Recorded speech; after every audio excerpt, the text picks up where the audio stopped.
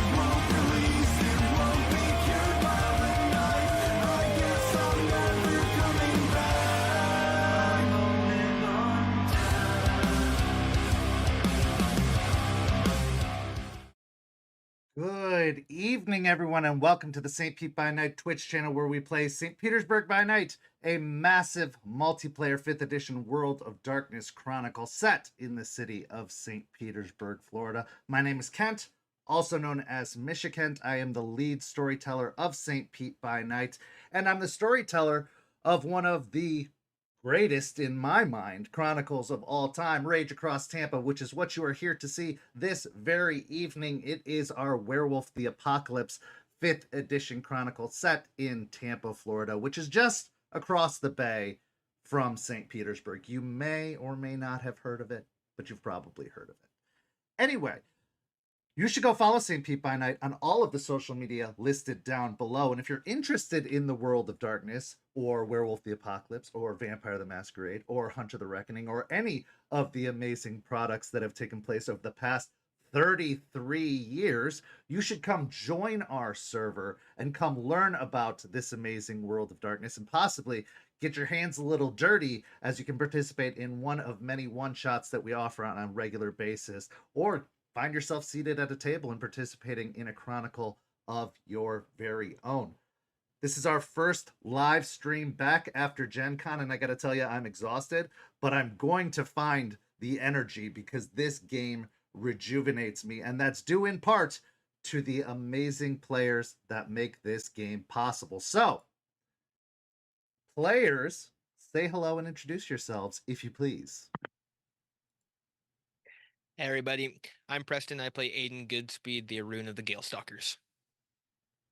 Hi everybody, I'm Champ, Champagne, a combination of Fergie and Jesus, whatever you want to call me, and I will be playing Aspen Weiss, Philodox of the Silverfangs. Hi everybody, I'm Noree, and I will be playing Malicious Jester, the Galliard of the Black Furies. Hey everybody, I'm Walks, and I will be playing Lucas Shaw, a Ragabash of the Shadow Lords. You know, Champ, that was pretty good. That was pretty creative. So I'm gonna give that one like a solid A, just a solid A, because it's your lovely heavenly humps in that particular case. So wonderfully well done. Last week, our pack found themselves dealing with a lot of possibilities, a lot of options lay before them. They're still trying to gather information. They're still trying to figure out what direction they're going to take the fight to the kindred of Tampa. And they're also dealing with a little bit of their own baggage as Lucas found himself down in Piney Point, and we got to learn the actual identity of the companion he's been carrying with him, a spirit by the name of Hashagut, who found themselves feasting on the corpses of Bane's Black Spiral dancers and even some Garou from the past. But now we find ourselves in the present, and the pack is coming together once more to discuss everything that they've learned over these past several weeks, as well as deciding which direction they are headed in. So it's time to choose your own adventure. Tonight's story begins at the Sept Cairn in the Memorial Park, where the pack has gathered, at least a good majority of the pack, or the Sept as it were, and we find ourselves in the grand hall that has been created, assembled, repurposed from some utility buildings within the Memorial Gardens. All of the space has been cleared out, furniture has been brought in, allowing everyone to find a seat around a long folding table that has been erected for the purposes of such meetings. Tonight we find Aspen at the head of said folding table, with the members of the pack lining each end of the table, or each side of the table. Artie sits very, very close to Aspen at her left side, while Aiden sits at the right, and Jester and Lucas sit one seat beyond. Charles lingers nearby, not sitting at the table himself, but standing instead a little bit behind Aspen and off to the side, his hands folded in front of him as he observes the proceedings. And now the scene is yours. Well, it's been a very interesting week, 2 weeks. How is everyone? Sore, but good. Relaxed.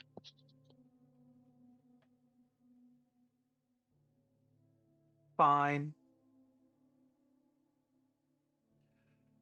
Oh, constantly dealing with an existential crisis, but I think near the end of it at the time being. Artie pipes up. Well, good. I'm glad people are back to normal, or as back to normal as we can be with everything going on. But to business, which we all love so much, we have a couple of things that we need to bring to the table today. One of them being a conversation that Aiden and I had with Spud recently. Aiden, would you like to expound on that a little bit more? Yeah, so we went and met with the magician Spud guy, but he let us know about a place where the leeches are like taking blood, and he had brought up that this is a place where if we wanted to hurt them or try to make things harder for them, we take this place out. Upon like a quick little search, the front could be a way in, but in the back there is a large bay door, and another door next to it. Artie, there's one of those boxes next to it. It's got the keypad right on it. There's a camera above the door. Two cameras watching the bay door. It seems like that's where a lot of the people that work there park, but it seems to close pretty early. I think you probably could do your thing to get so people can't see us. And then nothing extraordinary that I saw from it. Artie reaches down into a satchel next to his chair and produces a laptop and pops it open. And let me see if I can do anything remotely first, and we'll go from there. And he starts typing rapidly as the computer boots up. They have these big units on them. to cool everything down for where they store, where we're assuming all the actual blood itself is stored. So that's the area we need to get to. Uh, it looks pretty well. The walls look strong, but shouldn't be too difficult for us to actually get in there, grab it, and get out. I could always just shut down power to the building, let the resources Yep. spoil, but that would probably have to be over a couple of days. Those refrigerators, usually for medical supplies, have a backup generator or power that'll last a good while, but if I get a good 48 to 72 hours, I could probably shut that down over a weekend if they're not actively open. Well, I was thinking the same thing. It's just if something were to happen, they would then probably move it to somewhere else, which would get Good it point. out from the building, which would be great. But then we're out in the open, Well, having to do also something which if it's owned by the leeches, it's very likely that they'd probably be the ones to move it to somewhere of their choosing. I have a thought. Why do we have to destroy it? Destroy. Go ahead. Why don't we poison it?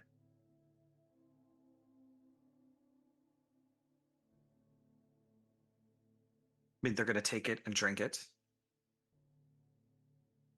If it's to some degree toxic to them, spreads out throughout them, maybe even gets after the bigger ones.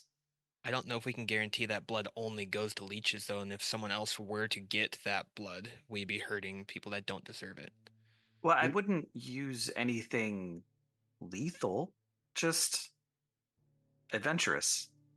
Even if Why they are don't we s- using it as a front, though, they probably have to have a certain degree of legitimacy to be able to go with under the radar as well as they do. So there is a risk there that it does get into the wrong hands, and by the wrong hands, I mean somebody innocent. Why don't we steal it and give it to actual people in need? Well, we do, as to get this information from Spud, we needed to make a deal with him, so we need to bring some of it to him as well. It's fair trade. There is a slight kind of low growl that emanates from Charles from behind you as you mention the trade with a vampire being part of the deal, but he stifles it very quickly. I give him a bit of a side eye, like a stern side eye, and go back to the conversation at hand. A small exchange for the information we need. Poisoning isn't a bad idea. I like your train of thought, but also how do we know that that will affect them the same way as it would affect, say, a normal human, right? It would take an experiment or two, and if we don't have time for that, that's understandable. The other thing is we'd have to probably do this at night, which means the leeches are probably going to be present. Can't do it during the day because people will be about. Do we know if it's only blood they store there? I couldn't get inside, so I can't tell you. We just So- did an initial scouting, so we never went inside the building. So if there are people there, like there was at the energy plant, what are we going to do? Should be less people than the energy plant. Not saying that that's better, but it'd be easier to get fewer people out. Artie keeps typing away and turns the computer showing basically a Google Earth view over top of the facility and states, based off of the size of the building and the location of the building, even if they were keeping people there, it would have to be on a very temporary basis. This place doesn't have the resources to do what the energy plant did. They were right on the grid. They could have hooked up a variety of machines at the energy plant, but they don't have the means here to do life-sustaining technology or anything of that sort. It would be, I mean, it's not impossible, but it'd be minimal casualties if it were to go that way. They just couldn't. They couldn't keep the resources here to do it. Okay. It's more likely a drive-through situation. They take the clients in, they take them from what they need, take from them what they need, and then they send them on their way.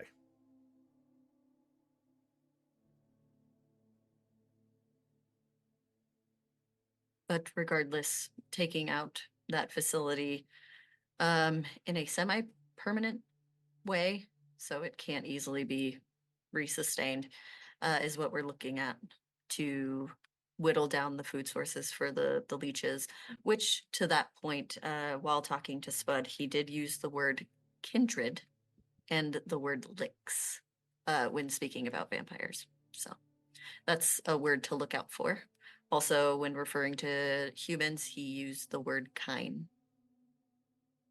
So, let me get this straight. They used the word kindred? Yes. Artie types a little bit more into a search engine, then turns the computer around and shows that there are a number of hospitals in the St. Pete and Tampa area called Kindred Hospital. Hmm. So either they're very dumb or this is just bad luck. Could you check one more thing, Artie? Could you check to see if they are possibly have a connection, these hospitals, to Tampa property management? Sure. Types a little bit more. See if they're owned by the same LLC. Smart. After a few moments, he just shakes his head. No, different group entirely. It's an entire hospital management system. They have a variety of branches, not just in Florida, but all throughout the country. It's not ruling out the possibility of leeches, but it doesn't seem to be a local operation. Can you see where the blood from this place is being sent to? Is there a way to see that? That's going to take me a second, but Okay. I'll see if I can find some orders or shipping manifests or anything like that. And my idea is if we can see something that's reoccurring like more often, that could be a possible leech that's just getting blood from this place. He continues typing for several moments, the sound of the keys clacking under each of his finger falls, which move at a rapid rate to the point that it becomes almost like a soundtrack in the background, like a low buzz of white noise. But after several moments, he stops. Well, they have a variety of clients that they work with, several of the convalescence homes nearby, a few of the hospitals. But there is one shipping manifesto that goes to, or manifest that goes to, you guessed it, Tampa Property Management.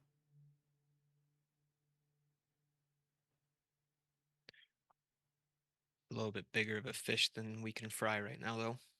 Yeah. If it has a manifest, does it have like specified like identifications on the blood that is sent there? Because we could just steal that. Unfortunately, no, it doesn't get into detail. And in fact, it's not even addressed to Tampa Property Management. I just cross referenced the address with a list of known addresses, and it happens to match. Okay. It's definitely something to hold on to for the future, and keep our eye on, because if we can see where all of these are going, we have smaller places that we could pick off before we do something that drastic, right? Should be.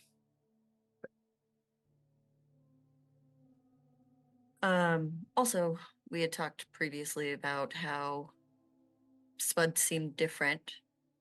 When talking to him, he had mentioned that the way he explained it was he wasn't quite ripened because he's younger.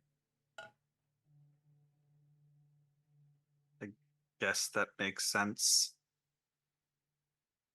The younger ones are easier to deal with. Was thinking that might be something to ask Eliza about. I know her knowledge is also limited, but she knows far more than we do, and it might be something to bring up to her.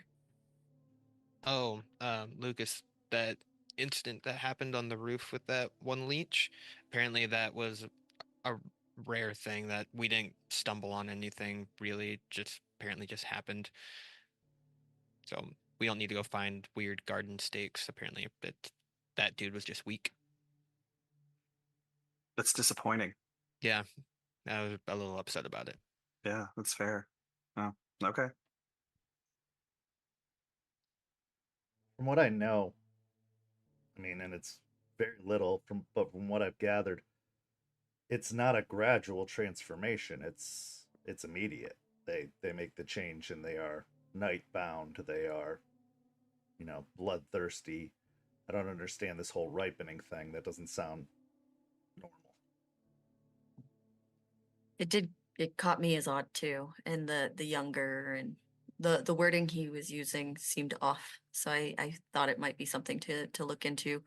Also, if Eliza knows anything about the leech's hierarchy, because apparently Bloody Mary is a sheriff of theirs. She is like their exactly what it sounds, a sheriff for the police. She is their muscle and their kind of strong arm for their system. So what we do is we challenge her to a duel at high noon in the town square, right? That's how we handle this. Get some spurs. Are you serious? Aiden, you look great in a hat, like one of those 10-gallon hats. I think it'd look amazing on you. Get some chaps.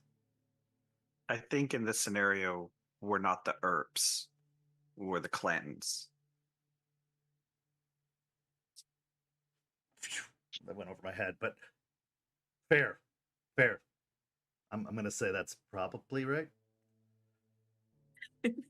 Regardless, I don't think that's exactly what they mean. But she does have some sort of authority. How much, who handles her, I am not sure, but she does have some sort of authority within their hierarchy. The cult mentions she has a leash, or someone's holding her leash. So she answers to somebody. That's why they're not worried about her attacking immediately. And they did mention a king. I'm not sure if they were speaking of Bateman or not, but they mentioned a king and taking out his food source. And that's when they started to talk about the Tampa Bay lost survivors.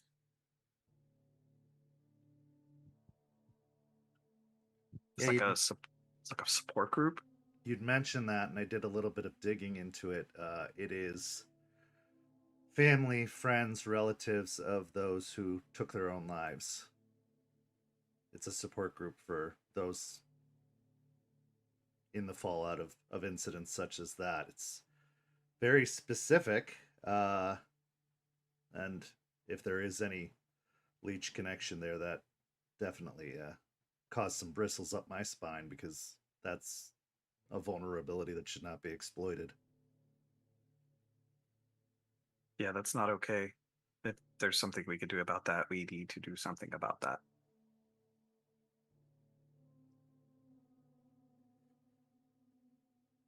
I agree. Seems also like a strange group to target. Do we know where this group is at? Sure, we could find it easily with a simple Google search.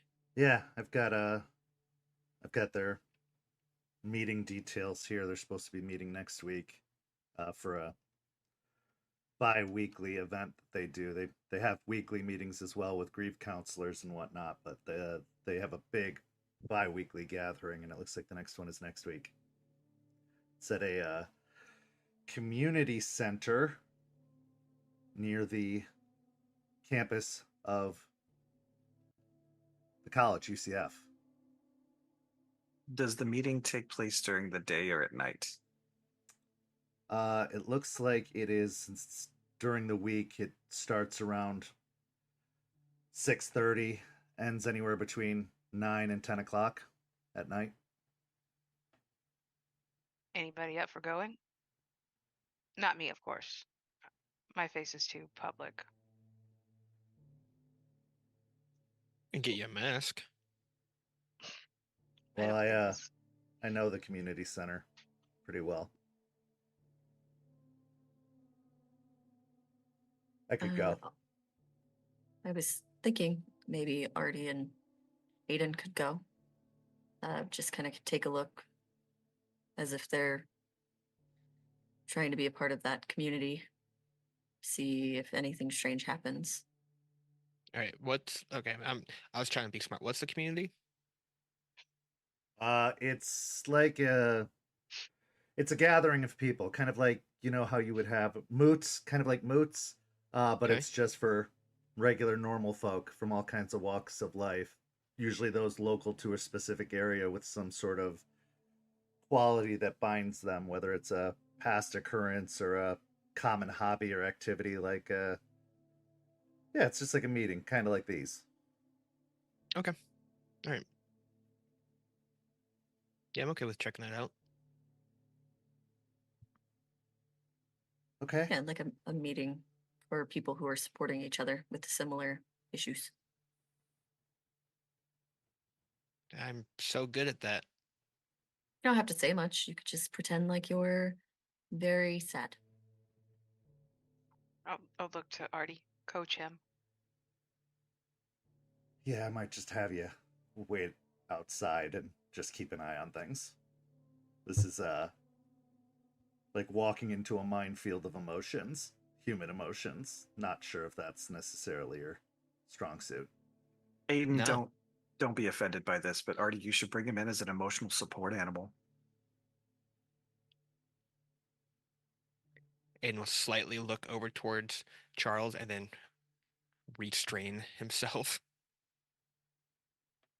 I don't think Aiden has that blending effect that Artie has. If anything, it would have to be the other way around. And I think that's a completely different support group for, you know, circus workers and carnies, to bring a wolf in as an emotional support animal. Aiden, roll me a wits and awareness, or a wits and insight. Okay. Jeez. 1. One success. Okay. Looking over towards Charles, you see just the slightest movement of his eyes towards you at that statement, and the corner of his lip just very, very minute kind of perk up just a little bit. Okay, so emotional support it is.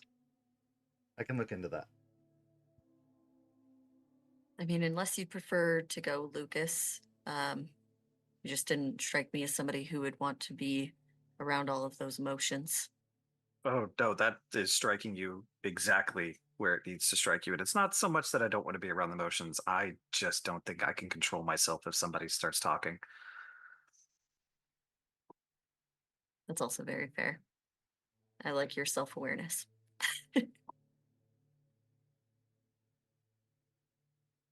Okay, so Artie will look into that. Artie can kind of get an inside look. Aiden can take a look at anything else he could find around the area, around the campus. That'll be great. I think that'll give us more information on what we're looking into when it comes to what the cult wants from us.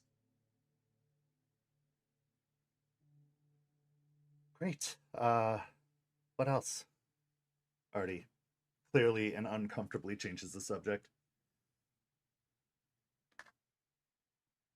She gives him like a comforting glance. Well, we also have the cult who spoke of Piney Point. That is an option to look into as well. Yeah, I did a little bit more research into that as well. It used to be a manufacturing plant of like fertilizer, but it was closed after some scandals kind of were made public about dumping and pollution and extra activities that they were participating in. Place has been closed for a while now and abandoned, so I'm not sure if there's anything there worth looking into. I checked some surveillance around the area to see if there was any comings and goings, but it looks like that place is shut up pretty tight. I mean, they have maybe a property manager or something go by every now and then, but for the most part, the place is all but abandoned. It's not shut up that tight. Is there something you'd like to bring up, Lucas? Tiny Point's mostly a dead end. Sorry, you guys were off doing your own things and I was bored. So I just lightly went to go check it out. Just a little surveillance and observation. Still abandoned, but I don't think it's going to be abandoned for much longer. Looks like there's a new crew or previous owner attempting to bring it back online. And the scandal's not necessarily the scandal you may think it is. Like I said, surveillance was trying to be as non-contact as possible. So I took the aura shades with me just so I could get a little peeksy-poo around the whole premises. The umber right around that area is real concerning. You would probably assume it would be concerning considering it's a manufacturing plant, but something happened there. There's bodies all over the umbra. Dead Banes, dead Spirals, dead Garou.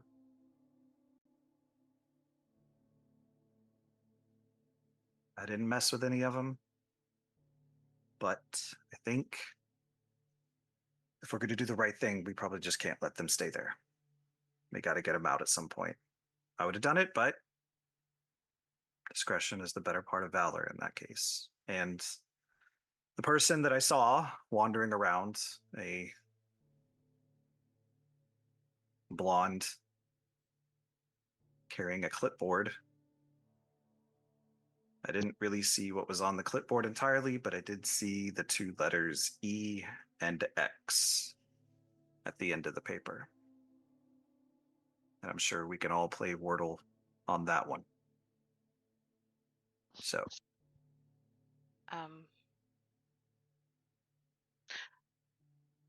I came to Tampa partially because Indron was getting sued for Piney Point, and we came to protest.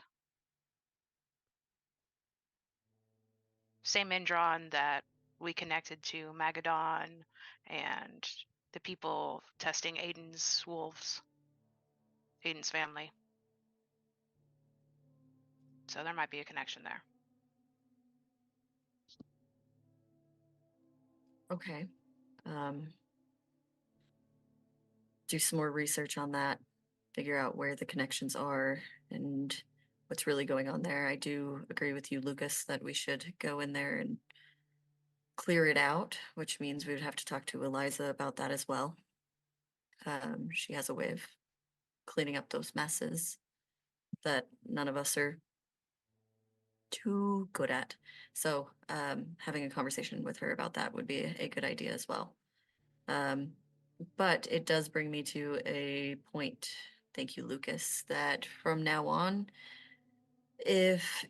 because it seems that people have some issues letting me know what they're doing before they do it, you don't necessarily have to come to me, but bring one of your pack mates with you if it could be potentially dangerous.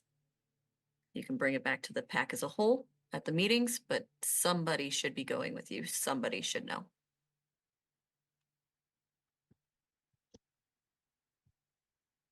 Fair. I think especially with the situation that we're in now with Colt at our back, a ceasefire, I guess you could say, for now, dealing with leeches and trying to go on the offense with Bloody Mary. I think we're all in a very dangerous situation. Almost everything could be dangerous, but if it's an obvious danger and an obvious issue, tell somebody, bring somebody with you. That way you have backup, because I think it's just illogical to go on your own with no knowledge of where you are. It could potentially put all of our pack weaker, and I think that none of us want that as we're moving into these new ideas. Artie makes a slightly uncomfortable Mm, mm, Yes, Artie? I respectfully disagree. I agree that telling somebody is important. There has to be a chain of communication. At least somebody knows if you don't return that, you know, where you were last or what your intentions were going into a situation. But Lucas has certain talents that make him an asset when he's on his own. And I do think that adding another level of accountability to him having to watch the back of a packmate in a potentially difficult situation could be problematic. And I think that he would be better watching his own back, saving his own skin, and being able to get out if he needed to without having to worry about someone else falling behind. And the only reason I say this is because our resources are really, really spread thin. There's only so many of us. If we had a sept, if we had 12, 20, 30 Garou to work with, maybe. If we had a group of Ghislaine that we could send out, maybe. But because there's only, I guess, 7 of us currently, I'm not sure we can afford to always be sending 2, 3, 4 Garou out, especially if we know that this sept has a history, we know that this cairn has a history, and part of that history was that this cairn wasn't properly defended, and that's why it fell. So that's my only apprehension. Of course, your word is law in my mind, but I have seen and watched Lucas, and I know that he is capable.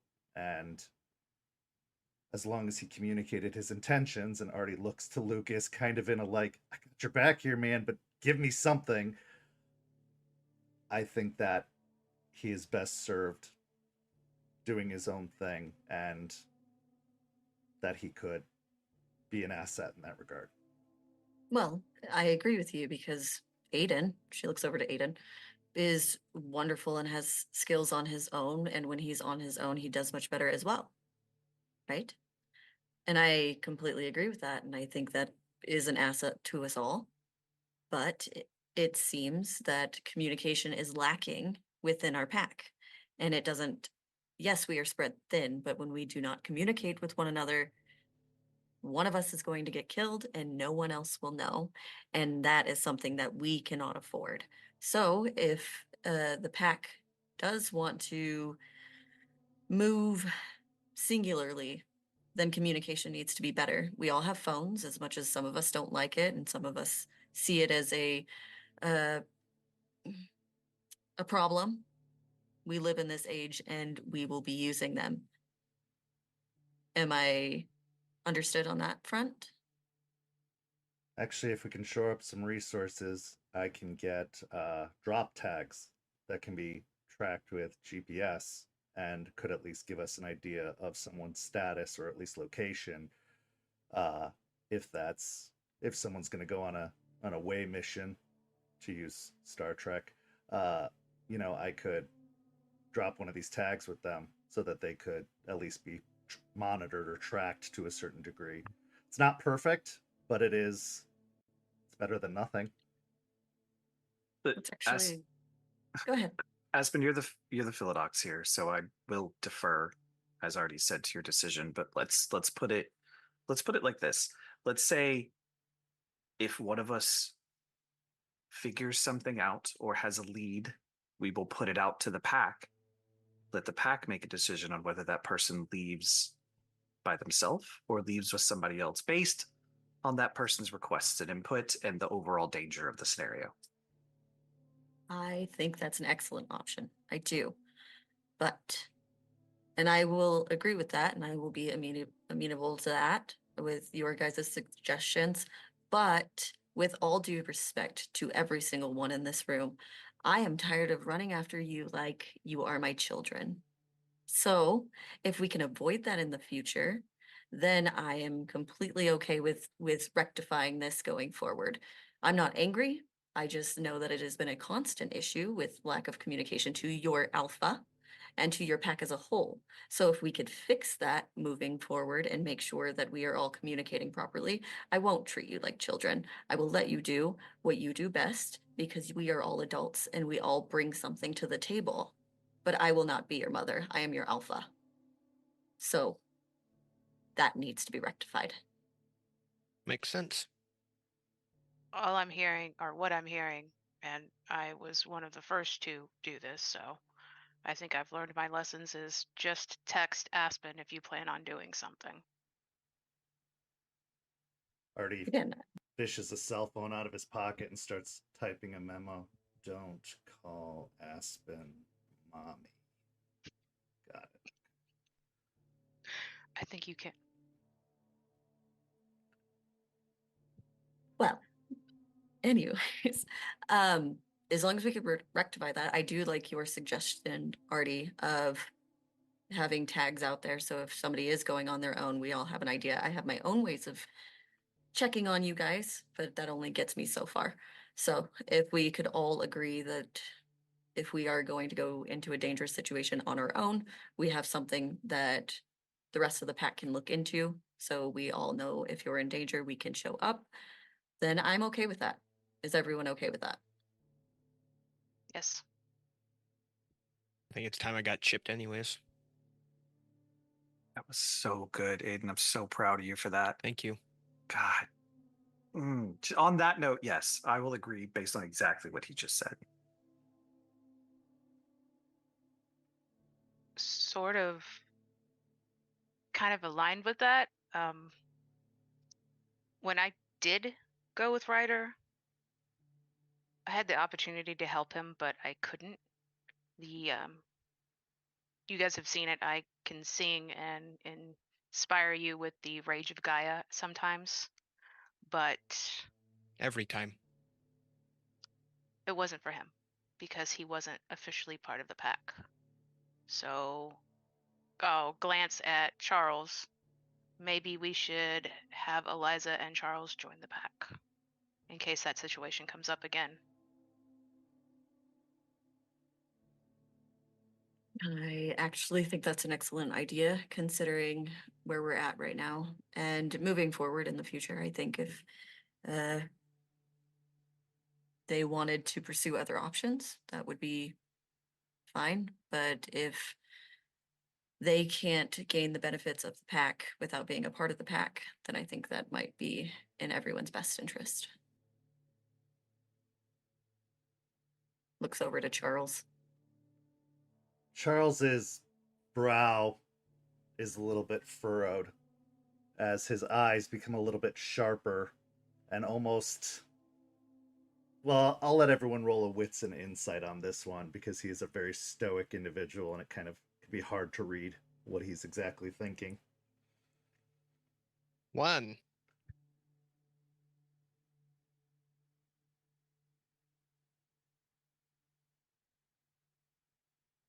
Two successes from Aspen, 3 from Jester, 2 from Lucas.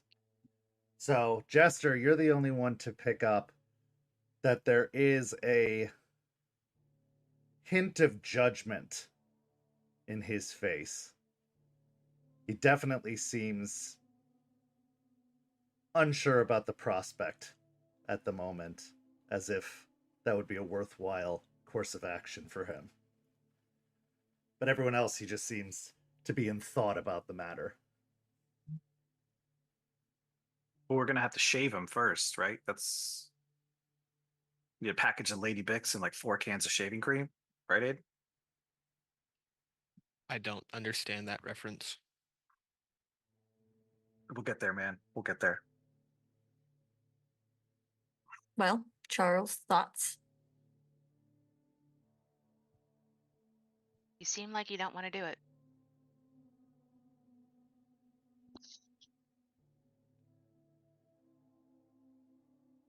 Before Mr. Morningstar assigned me to this task, I had a pack of my own out west. He gave me a task, and I'm not one to ignore orders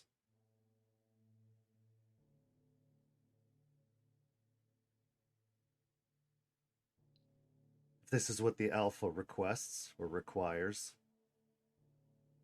I'm here to serve.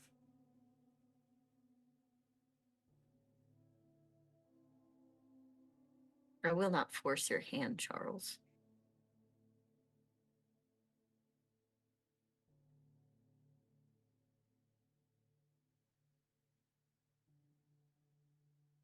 As long as my loyalties are understood, I am happy to oblige. Wonderful. And you're welcome to rehash that with me at any time if you feel you are being underappreciated. He smirks a little bit at that, exhaling out of his nose slightly, but then nods.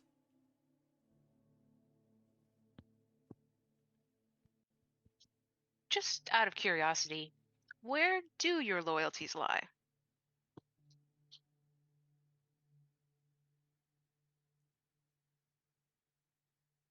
To the nation and to my family.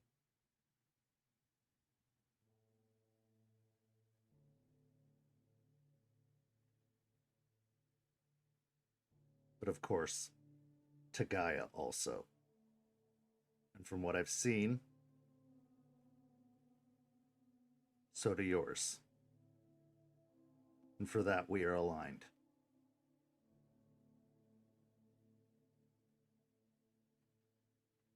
Good. So Charles is on board. The rest of the pack have any nays?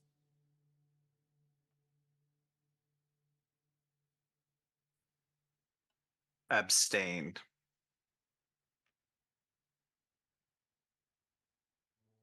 I'm good to go. We have a understanding.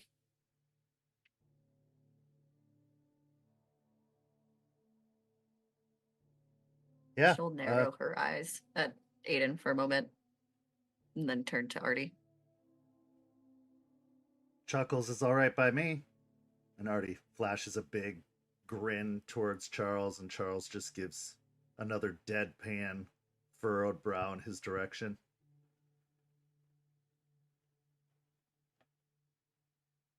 Well, good then. I think that's a really good idea. Thank you, Jester. And we have a few things we need to talk to Eliza about. Would you mind taking point on that? About Yeah. the kindred and this possible joining of the pack and things of that nature. Yeah, I will. Perfect. Can we not call Thank them you. that? Like, Thank I you. appreciate that that's what they call each other, and we need to be aware of that, but that is so much more respect on them than they deserve. Like, you said lick, and I was like, you know what, I'm surprised I hadn't thought of that, but I would, oh god, ugh. There's something just so holier than thou about that term that I just ugh. In what way? It just leaves a bad taste in the mouth. Just kindred. It feels like it's something that would come out of like old Europe. Like, oh, we are the kindred. Ooh. It sounds like an organization where they have to paddle you for you to get in. No, absolutely not. If you all feel that strongly about it, sure. Leeches, God, leeches awful. it is, or licks, I guess. Licks is fine. Seems like a More like ticks. They just latch on and like, ugh, God. Hey, ticks are no joke, man. Yeah, neither are they, but I'm not going to call them anything respectful or righteous. Like, I think of kindred as like kindred spirits, something positive, not fucking I'm gonna bloodthirsty suck monsters. your blood. Yeah. Yeah. No, thank you. Gross. Fair enough. So, kindred is forbidden. Got it. I'll keep my ear out, but I'm never calling them that. Fair enough. Fair enough. All right, leeches. We stick to leeches. It is. Vampires seem so strange too, but leeches works. But anyways, back to business. Talking to Eliza about the leeches and about her possible joining of the pack would be good things to discuss with her. Artie and Aiden, if you guys would go to the support group. Could do that. Okay. Okay. And I think I personally, as far as the three options that we have, the one that we need to focus on the most would be the one given by Spud, the one that we have the most information on. I agree. I agree. I feel like it's the one we can move on the fastest. I think it's going to hurt the leeches the most. I agree. I agree with all of you, and I'd much rather deal with one unripened leech than the colt at this point. Aiden will Speak, turn. Oh, sorry. Go ahead. speaking of the Colts, when I was there talking to them, they inferred that we were holding one of theirs, which I know we aren't, because one, we don't really have the means of that, or really a place to hold them. Anyways, so it may seem like either one was taken or missing, or they might have just been lying to me straight up. Do they mean Terrence?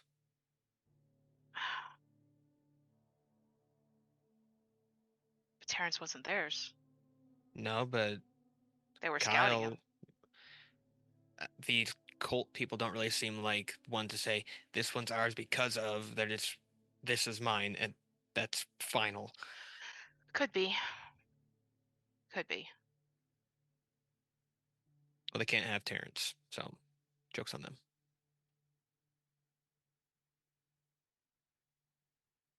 Would make sense if they had their eyes on him and were considering him a potential and were laying the groundwork to try and bring him in. They probably thought him as claimed. I mean, obviously he's not, but this is a much more barbaric worldview from what I can tell. A lot more. You're ours if we say you're ours, until proven otherwise. Yeah, probably a good idea that Terrence is not here.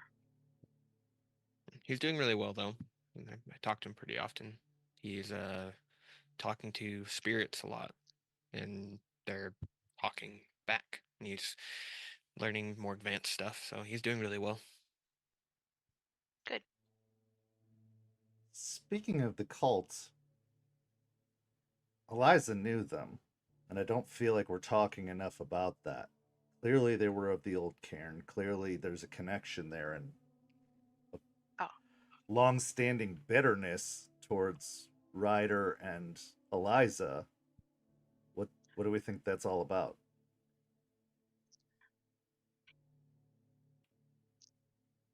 They were part of another pack that was here. They left before the rest of the sept fell. They are bitter.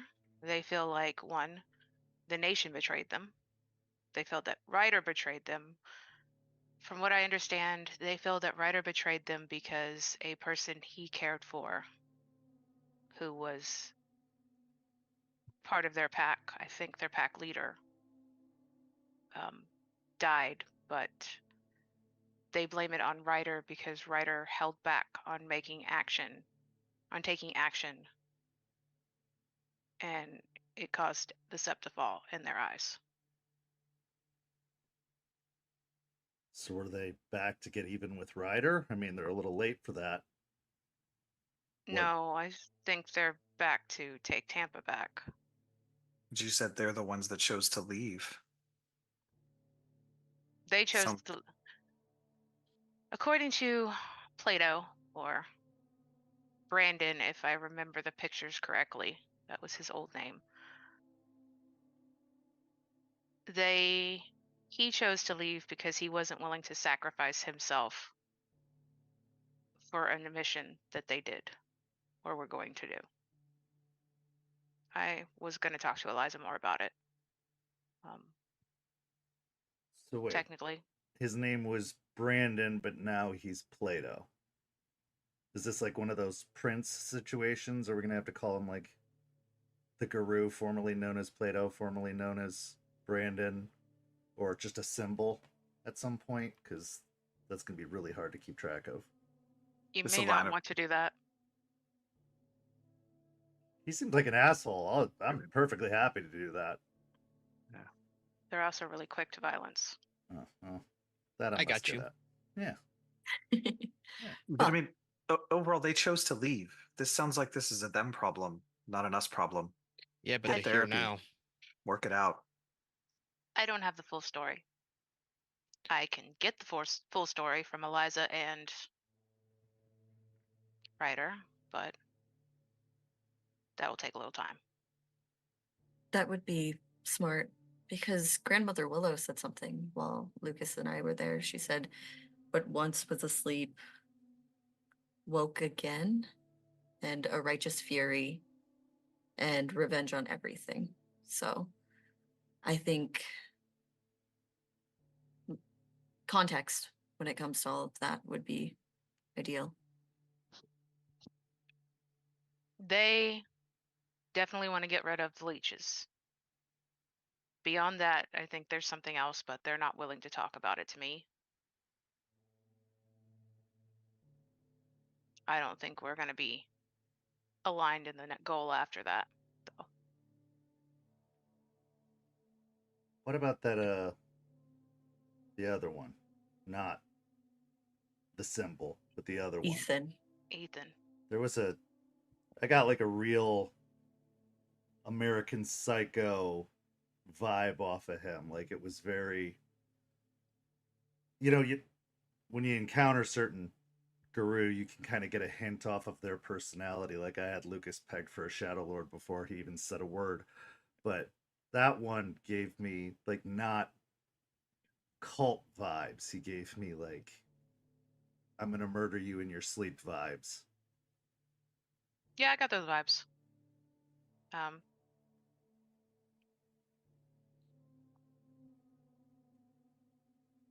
He's one who definitely thinks that Aruns should be leaders in wartime. So he might be Arun. Because even Plato seemed to defer to him more than he to Plato.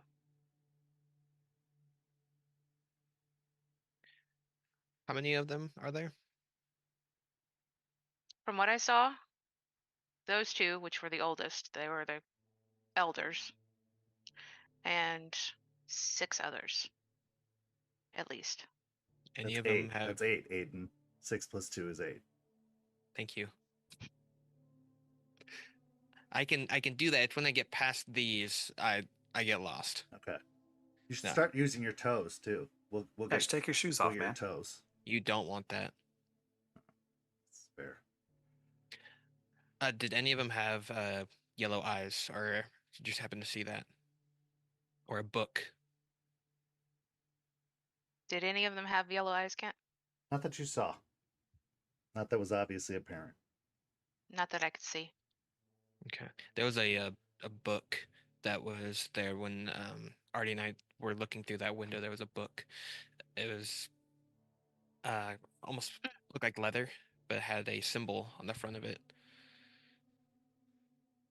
I'm sorry. Plato had a journal, but the journal wasn't the book that he's describing, right? No.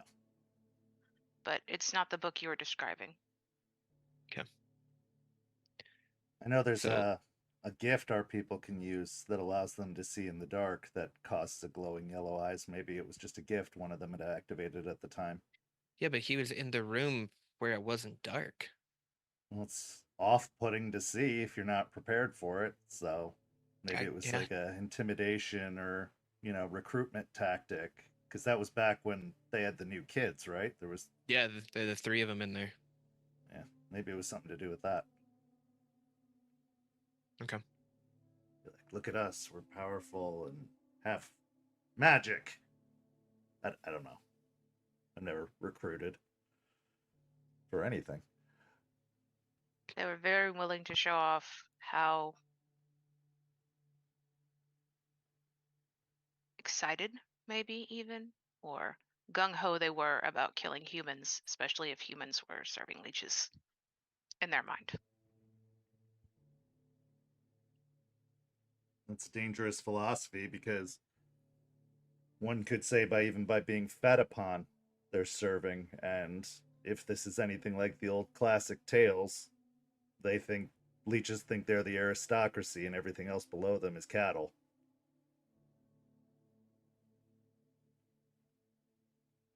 They don't have reason to think otherwise, so why not think that? Well, They they have have- us now. They have an interesting philosophy. One of them thinks that humans are the monsters, and the human within each Garou is a monster, something along those lines. Which, Lucas, you made an excellent point while we were there. I just didn't want you to anger them. I know they have a short fuse. Yeah, that was Ethan. Wait, Ethan Lucas seems- getting under someone's skin? No. How? He's so affable and totally all about teamwork and doing the right thing. Here's a Shadow Lord 101 lesson for the Silver Fang. Yeah, we were there. Yeah, I spoke out of line. Completely did that on purpose so that you could assert your authority over me and look like you were absolutely in charge. That was a play. It's actually pretty good, not gonna lie. Well, They I both- appreciate that, I guess. Sorry, Jester, continue. No, they both seem to want to burn Tampa down. I don't know what they want to create from the ashes because they're not willing to say that, but that seemed their intent.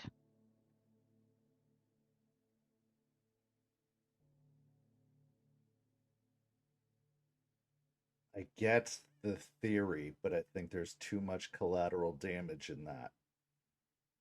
Like, burning know. is so much worse than repairing, fixing, growing. Yeah. That sounds like worm talk to me. It seemed really close, honestly. And I'm not sure if they care. If they're like Ryder was, but worse, where they willingly fell to this, they probably can't see beyond it. Especially if their grudge goes beyond just Ryder or goes beyond Eliza.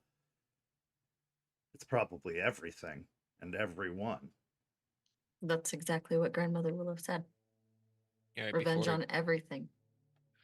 Before it gets brought up, I'm not going back to the Umbra to go get one of those tiers again. Especially for these guys. No.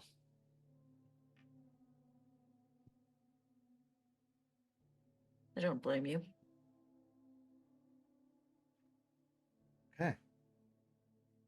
So Aiden and I will do the thing you said. And we're hitting the plasma bank, so I'll put effort into that. Is there any pre-planning we want to do so we're not winging this rider style at the last minute and, having any ulterior motives amongst us on how to handle the situation? Right, exactly. So, what I was getting to before we started talking about the cult, I think we should go with the Spud plan. I think that's the easiest, the most tangible that we have right now. So, in what ways do we want to go about doing this? We know we have to bring some back to Spud. We know that it has to be permanent as much as it can be, so it's not just easily propped back up with a little bit of, elbow grease. How do we want to make this happen? Well, there's the back doors. That's gonna be one of our easier ways.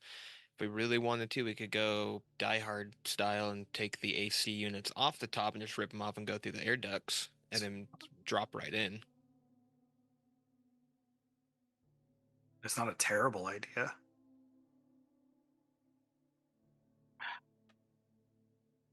Kent. Yeah. I would like to roll my ancestors. Okay. What would Ryder do in this situation? Interesting. Okay. Roll me a.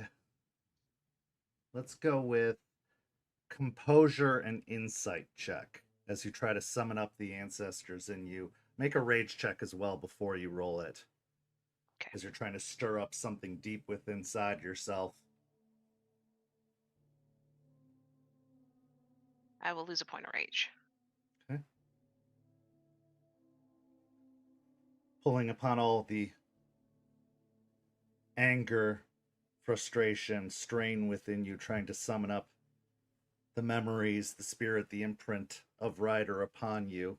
Takes a little bit more effort, possibly because of the cairn itself, possibly this being a place that had a lot of history for Ryder, not all of it good, in fact, most of it not. And I'm going to spend a willpower. You look inward, exhausting yourself, pushing yourself. 3 successes. 3 successes. As you try to steady your breathing, closing your eyes momentarily, calling out to Ryder, what would Ryder do? It takes a few moments for any real thoughts or impressions to visit you. But eventually, a voice inside starts out at a low rumble. Are you sure you want to know? Just because I know doesn't mean I'm going to actually advise it.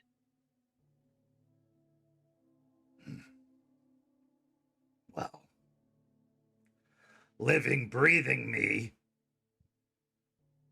would say Energy Plant 2.0, but I know that's not exactly your taste. Nope. Also, the idea of working with leeches makes me want to vomit all over your brain palace. Please don't, but same.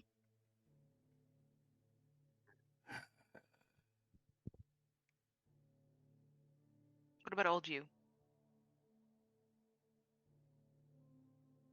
Probably steal away with one of their shipments. Wait for them to be shipping out some blood, find out when the next delivery is supposed to happen. Take the delivery. Take the drivers, uniforms, whole deal. Do something a little more sneaky, I guess. Get your best people, your silvery tongues, like yourself, sweetheart. Talk your way in. Assess the inside. Mock up some delivery order. Places like this, paperwork's a fucking nightmare. If you have something that even looks legit, you could probably abscond with whatever you need to pay off that greasy hippie fucker. Then probably torch the rest.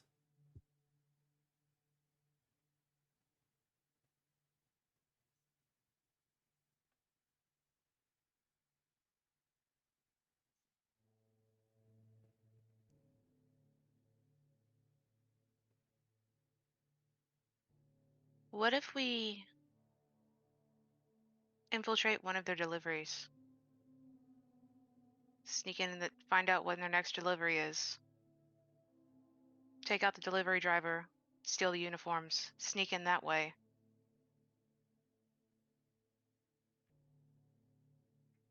Jester, I like the way you're thinking. But during the day, run issues, but it's less likely you'll be leached when that actual vehicle. Also, a lot Makes of places like this use third-party delivery services or medical transport services if they don't have their own. I mean, I'm assuming the leeches probably have a more secure means of delivering their stash, but for the hospitals and some of the other places that it goes, it's a possible way in if we can find out when the deliveries are supposed to pick up, find out what their route is or where they're coming from, get the vehicle before it gets there. They're not going to know the drivers unless it's the same driver, and based off of some of these manifests, it's usually not. It's whoever's working that particular day. As long as you have good identification, it could work. You could work your magic on that, Artie, and maybe you can work your magic on getting some paperwork to get some blood out, and we could steal it, give Spud what he wants, and destroy the rest. It's gonna have to be quick. Not gonna be my best work, but I could probably throw something together that you could alter the badges, put your own face on there, keep everything else the same, and yeah, it should be all right. I could probably get you a badge.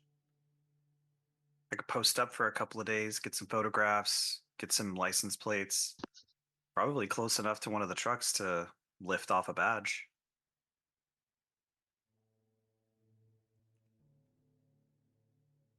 Yeah, I mean, if I can get a copy of the badge, I can make you identical copies with your information or a dummy name or something that'll get by.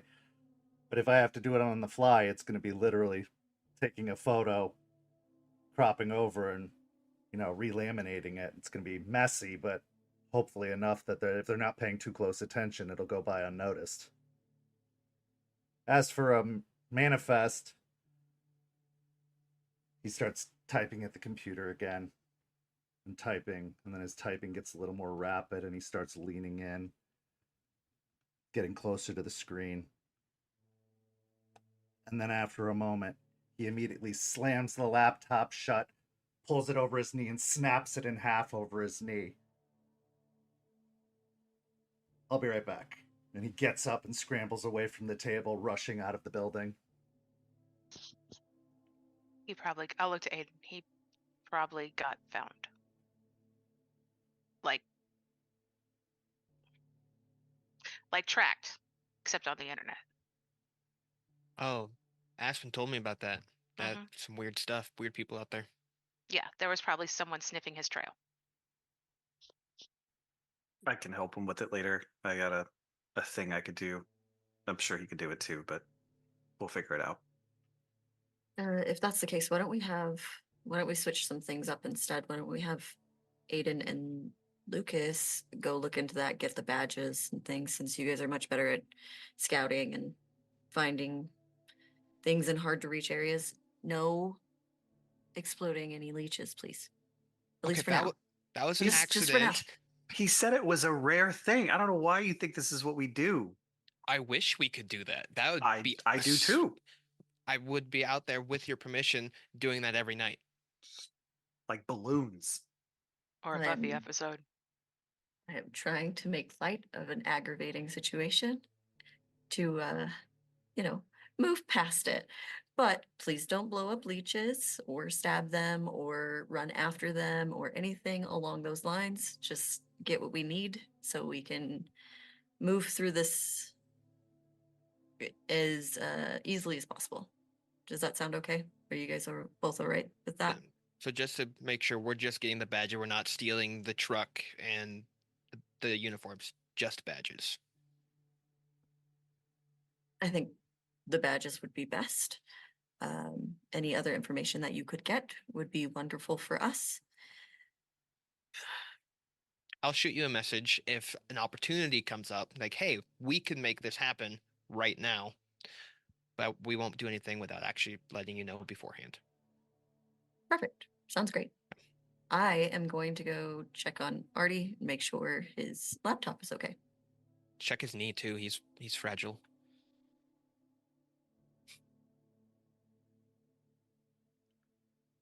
So, as the group brings their meeting to a close, everyone given their separate assignments, going their separate ways to follow up on leads, to find more information. Yes, Aspen.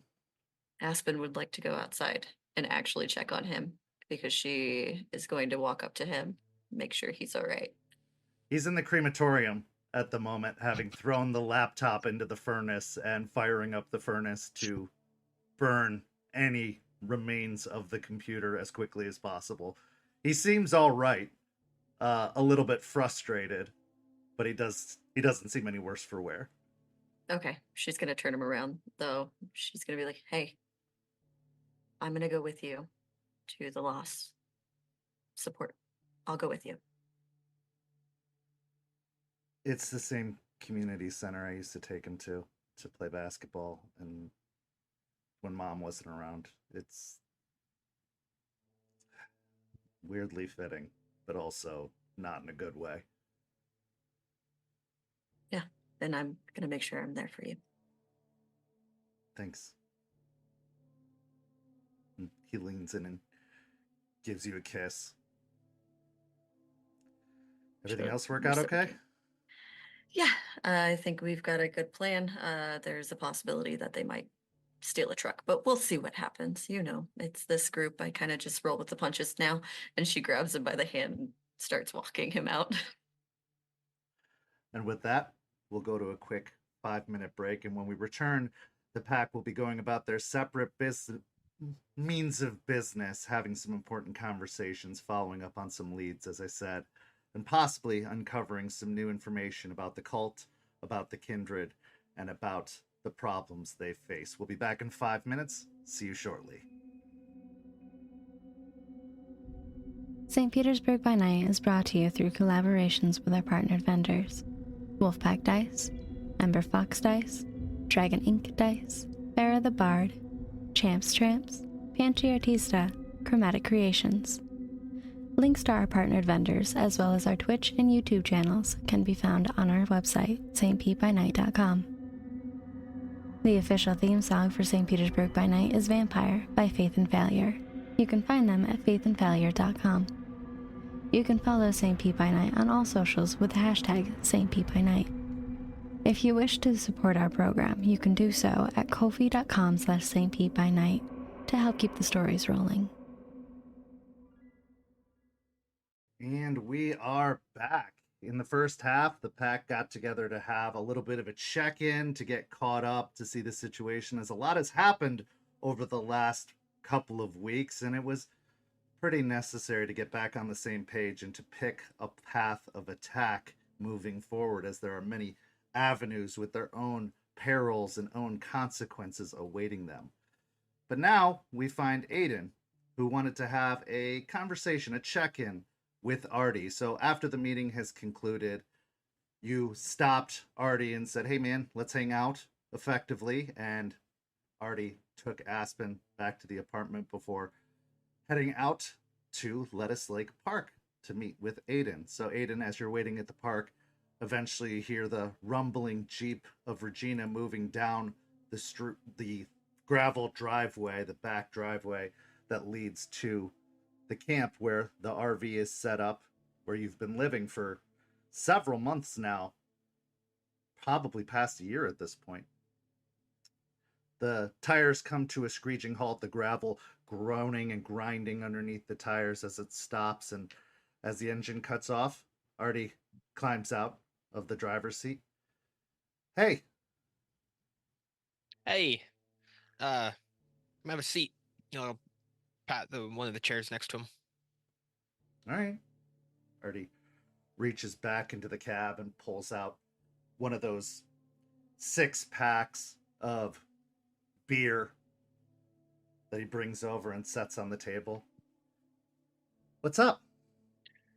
Well, you and I haven't had a chat. Things have been crazy, so... Tell me about it. Yeah. So just wanted to make sure everything was all right, and I know you had a little thing that just happened, so are you okay? Yeah, that ritual, that was a first for me, and I didn't, I think, truly knew what I was getting into with all that, and I know you were busy doing the fighting thing, but apparently I was the subject to a Bane that knew things and started talking about my past, something that I don't really like to reflect on as much as others might, and it was rough, but I'm doing much better now. Good. How about you? I mean, let's talk about that fucking Charles guy. What's his deal? Charles is a interesting person. Him and I have a understanding now. Yeah, why don't you expand upon that? That was understanding's a pretty big word for you, bud. Yeah, that's a lot of syllables. Another big Yeah. word. Hey, yeah, look at you. Those some of the books Aspen left behind, start picking those up. Nice. Yeah. Jester helps with the really big ones. She's good at that, yeah. Yeah, the word because threw me off. That CAUS. No, Yeah, because doesn't it seem like it makes. should be cuz. That's what I said. She's like, no, it's I'm like, whatever, fine, sure. But anyways, Charles is someone who does have the best interest for the pack and Aspen at heart. He is. I thought we were protective over Aspen. He is also not the same as you or the same as me, but in a different way. And at first I didn't quite understand it, but he wants the pack to succeed, and for us to succeed, we have to see Aspen as the leader that she is. And I have to get past seeing her as that friend and more as the alpha. And he kind of helped me realize that aspect of things. Just kind of answering things when I want to, doing whatever I want, and then just getting back to her doesn't work anymore. We have a lot going on, and she needs me for certain things, and I need to be available. But I didn't come to that realization quickly with him. He poked at me a lot. First, he came up to me after I just killed a deer, and he was lingering around, and I didn't like that. And then he was going on and on about how Aspen needs me, and I was trying to tell him, okay, let's go. And he wouldn't really get to the point, and he eventually started talking about links and that how I was the weakest one in the pack, and that didn't sit right with me. So I kind of went all big and hairy on him, and him and I fought. How'd that So, go? we cleaned up a good chunk of it. Lots of blood and broken stuff. Way out there. He's fast and very, very strong. Uh, he's going to help me understand how to be a better Arun.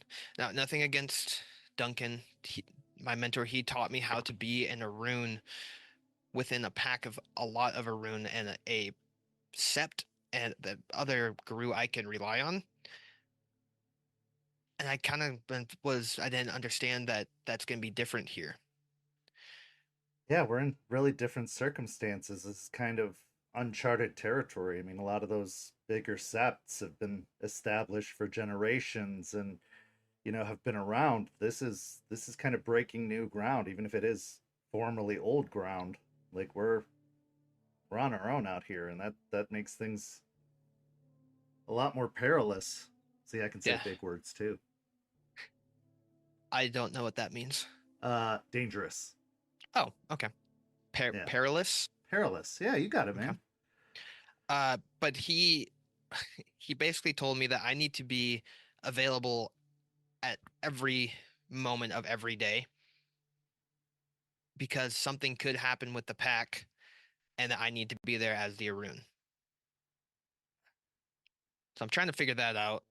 Apparently Aruns don't sleep. Yeah. Well, I mean, first off, I want to say, sucks to have someone encroaching on your lunch, doesn't it? But also, aside from different. that, I get what he's going for, but our connection with Aspen is what makes us follow her, is what encourages us to follow her. He's talking like it's something that we're, bred to do, like it's something inside of us, but it doesn't work that way. Like we are connected. Yes, we have the connection through Gaia, the connection through a purpose, and of being what we are, but there's also the human side of it. We can't forget that. I mean, trust me, I know just as well as you how special Aspen is, how important Aspen is. And I don't follow her because it's of a title or because of what tribe she comes from or the fact that, she's puts us in our places when we need it. I follow her because I couldn't imagine following anyone else.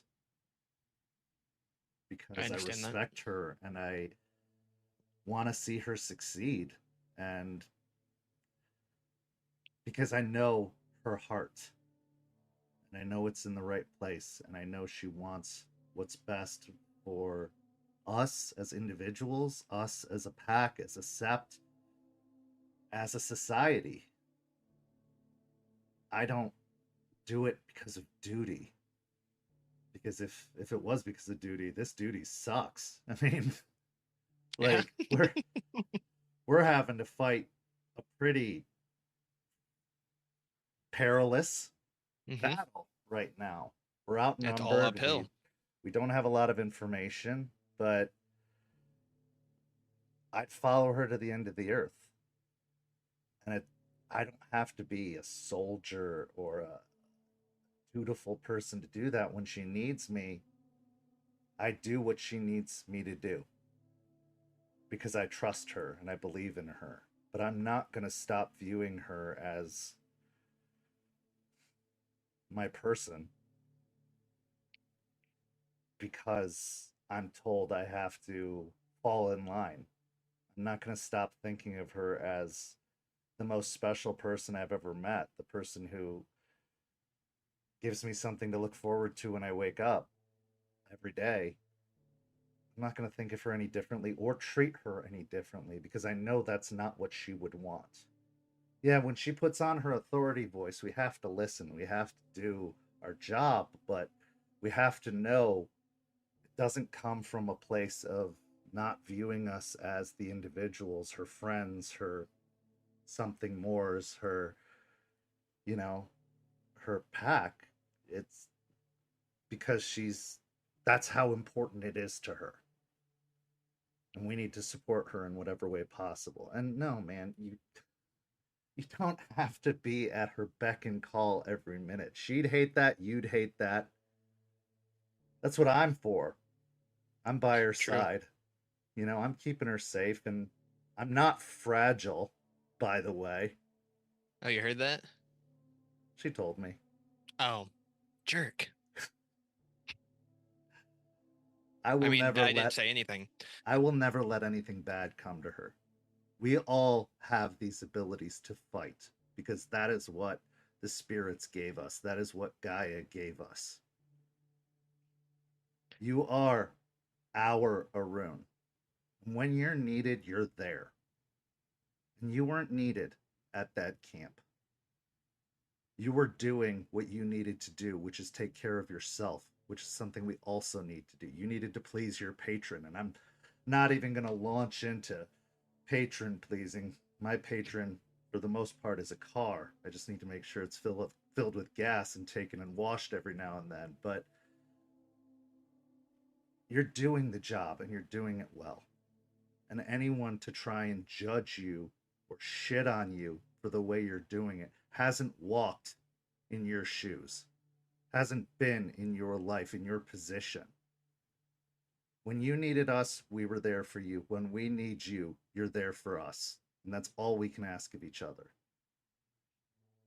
So, yeah, he probably has some things he can teach you. Yeah, he probably can make you a better fighter. But your instincts, those don't need work. You've got the right instincts. You've got the right mindset, and your heart's in the right place. Don't forget, we all are the Arun. We all are the Galliard, the Philodox, the Ragabash, the Theurge. We're all of those things. Because we're one. We're a pack. No, what you're saying, I I appreciate it. What he told me is true, though. He told me what I asked him what he had thought so far. For the short time he's been here, I've messed up twice. I went and did something I shouldn't have done. I got goated into doing something. Goaded. Goaded It's not a into. goat like that. No, it's. I thought it was a weird word. No, it's goaded. It's Goaded. You got tricked, my guy. Yeah. That's the best way to put it. And I didn't let Aspen know. She's never talked to me like that when her and I had to go through that, and that sucked. And it wasn't so much the words that she said, it was the feeling that I had about letting her down. That's the part that hurt more than the words that she was saying. Is the effect that they had. And then come to find out that I left my phone at home because I had to go appease my patron. She needed me for something else, and I wasn't there. These are points that he had brought up, and that he's right. I did something that I shouldn't had, and then I was asked to help with something that, and it's nice to know that you guys didn't need me there. But if something did turn, you guys were outnumbered. You didn't have any of the Arun with you. We were both here. So what he says does have that meaning, and it does. I'm gonna listen to what he has to say, because I don't want to let her down. And I hear also that I shouldn't have to change how I see her, but how I interact with her and way I do things can make others react the same. So if I treat her with respect, others should do the same as well. They should already be doing that, but if more people see that, it helps with that leadership quality that she already has. And I want to help her build up and try and get this place to where it needs to be. And I can't do that with the way I'm currently acting.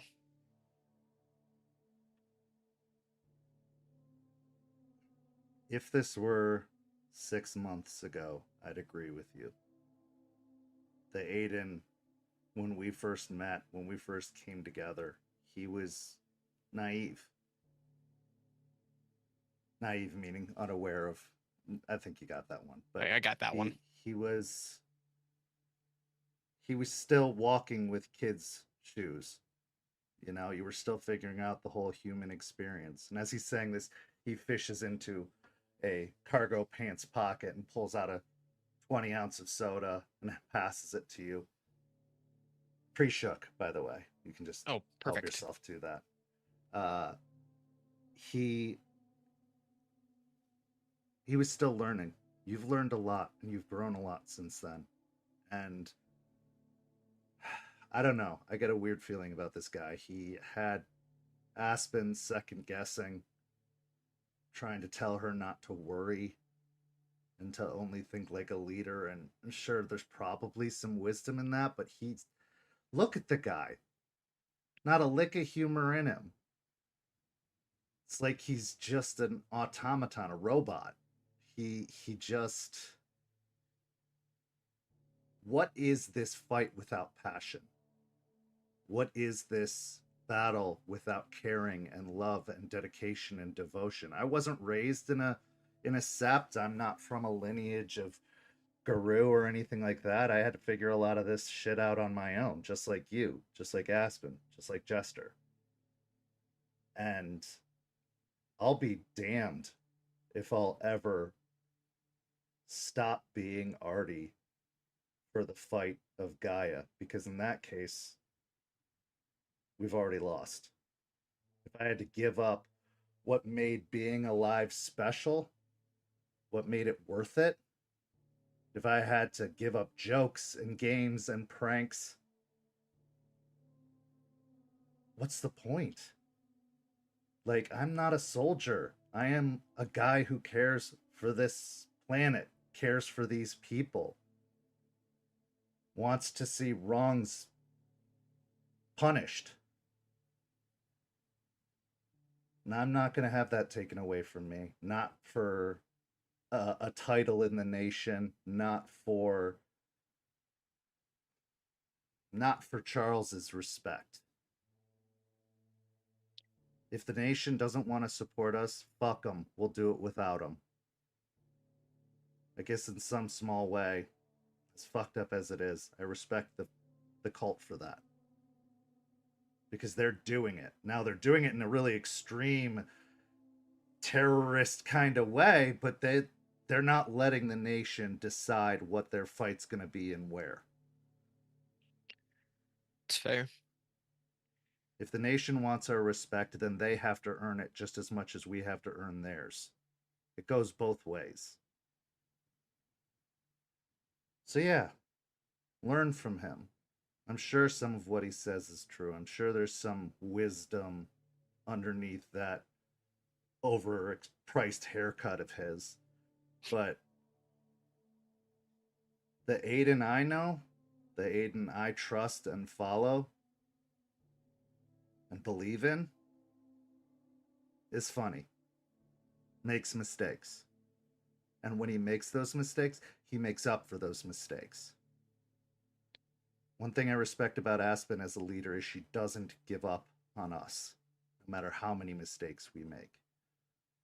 So rather than thinking that you have to be a lapdog by her side, and by the way, you're not allowed to sleep at the end of the bed.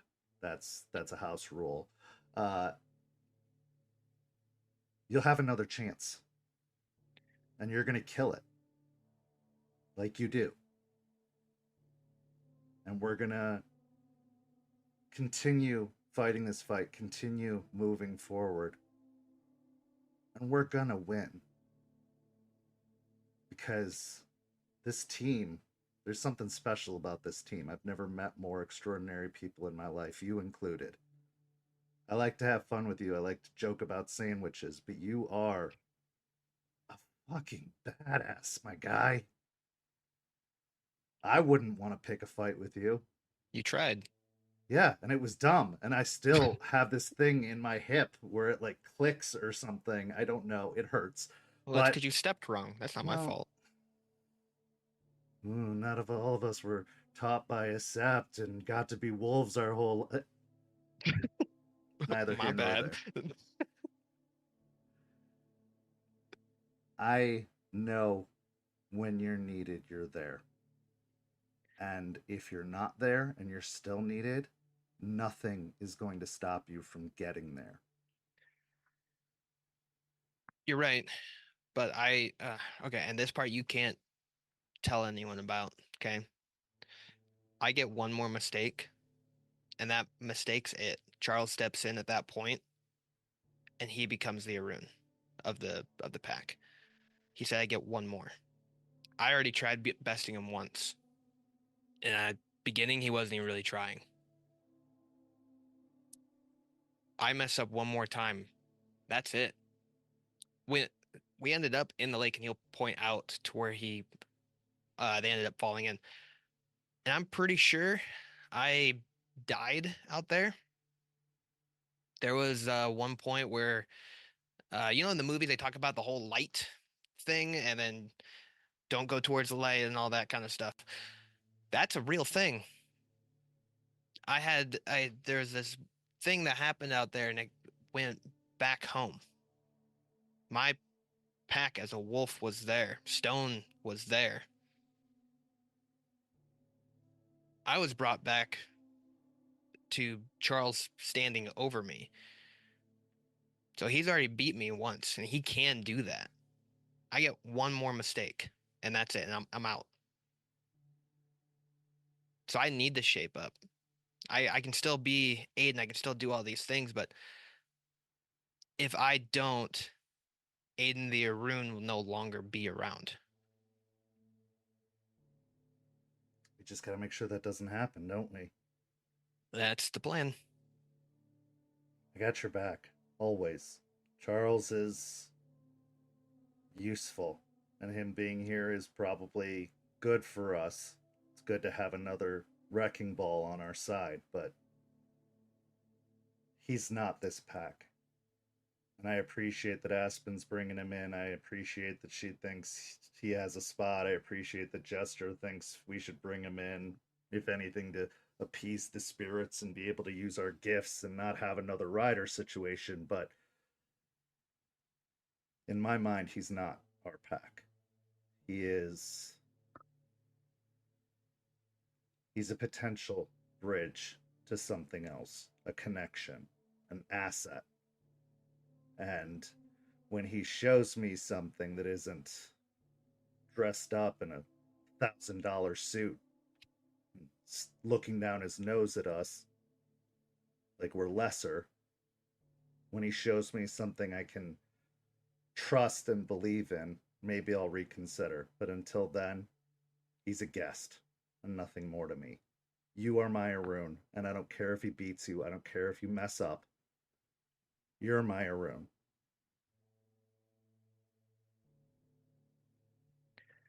I plan to keep it that way. I did ruin his suit though, Good. like big time. Like mud, blood, ripped apart. It was great. I felt really good about that. Hell yeah. Yeah. And then when we had to go get into his car, I might have like squished around in his stupid little leather seats. Really stick it to him. Nice. Yeah.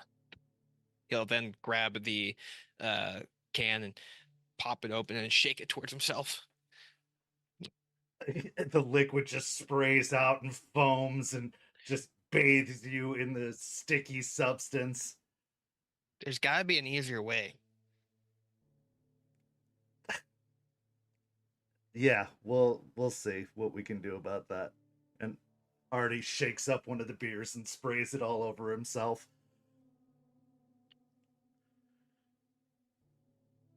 Just keep doing you.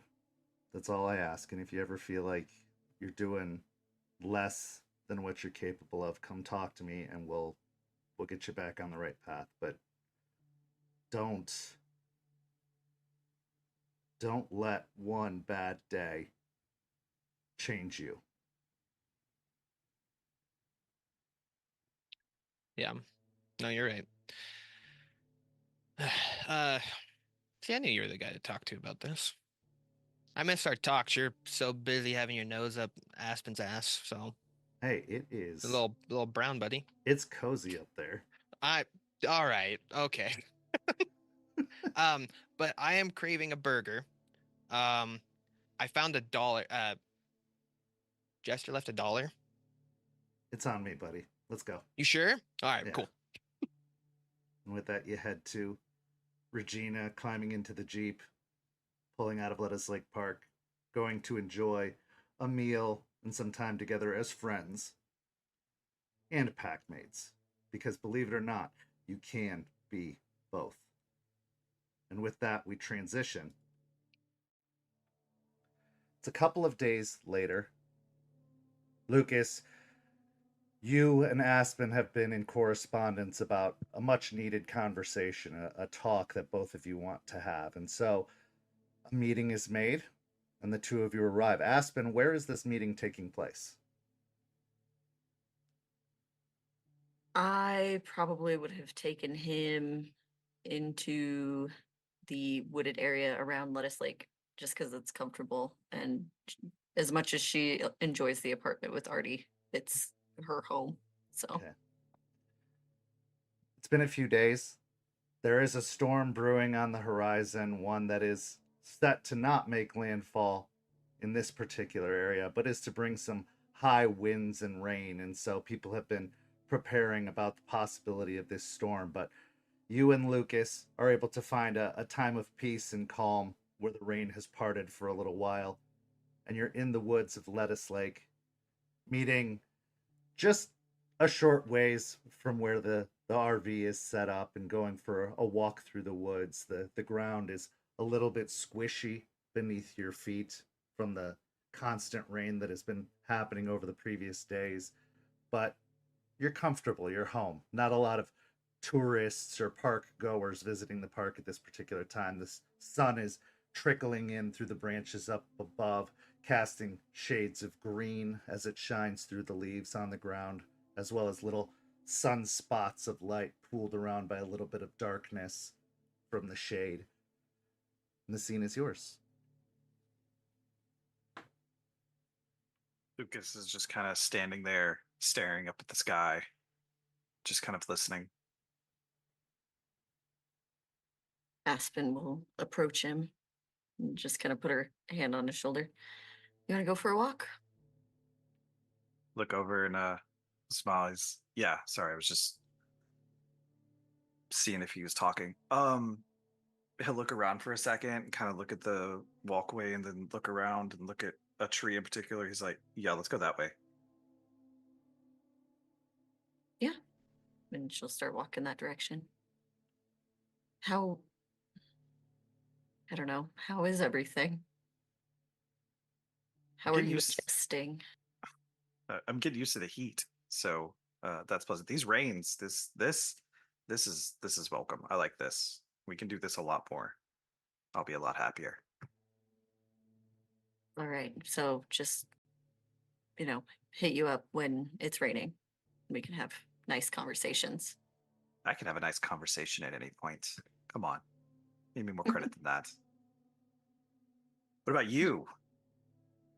I'm okay. I think there's a lot going on, but we're making it work, all of us together, I think. How's don't know. everything going with Charles? Charles is great. Charles is he's doing his job, and that's all I can ask for. I think the real question I have to ask is, who did you piss off to get him here? No one, actually. My mentor and friend just wanted to make sure he saw us succeed. So he left Charles here with me to make sure that that happens. I don't know if it's, I think it comes from a place of caring, but sometimes it feels like he's just putting someone else here to make sure that I don't fuck it up. Do you think you're going to? I think it depends on the day.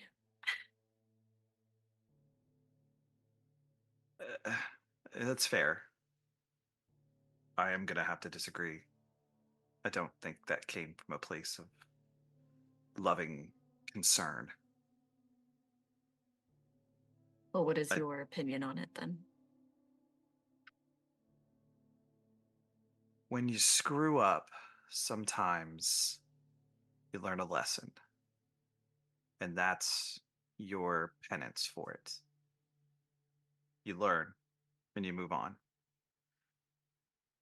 But there are some people out there, some people that think that they're better than you, some people that think that they know better, and some people that don't even have their goddamn boots on the ground, that think they have to teach you the lesson. They have to be the one that tells you what it is that you're supposed to learn. And I fear those people have more on their mind than the mission.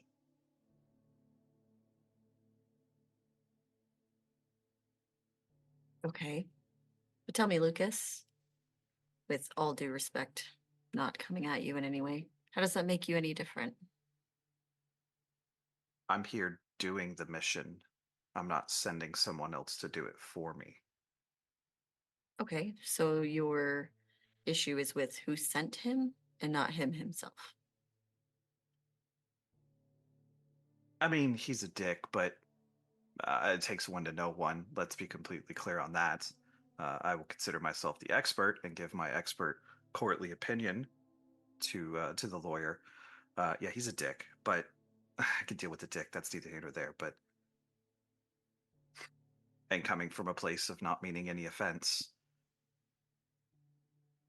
certain members of our kind, certain tribes, and I'm not saying yours and I'm not saying mine, but let's be clear, it's yours and mine, have ideas about how things should be run and ideas about how things should be done. And they don't like people disagreeing with that.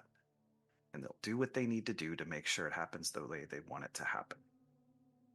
And that's what I'm concerned is going on. This is your sept, your pack. Why would you ever let somebody watch you and make sure you're doing it right?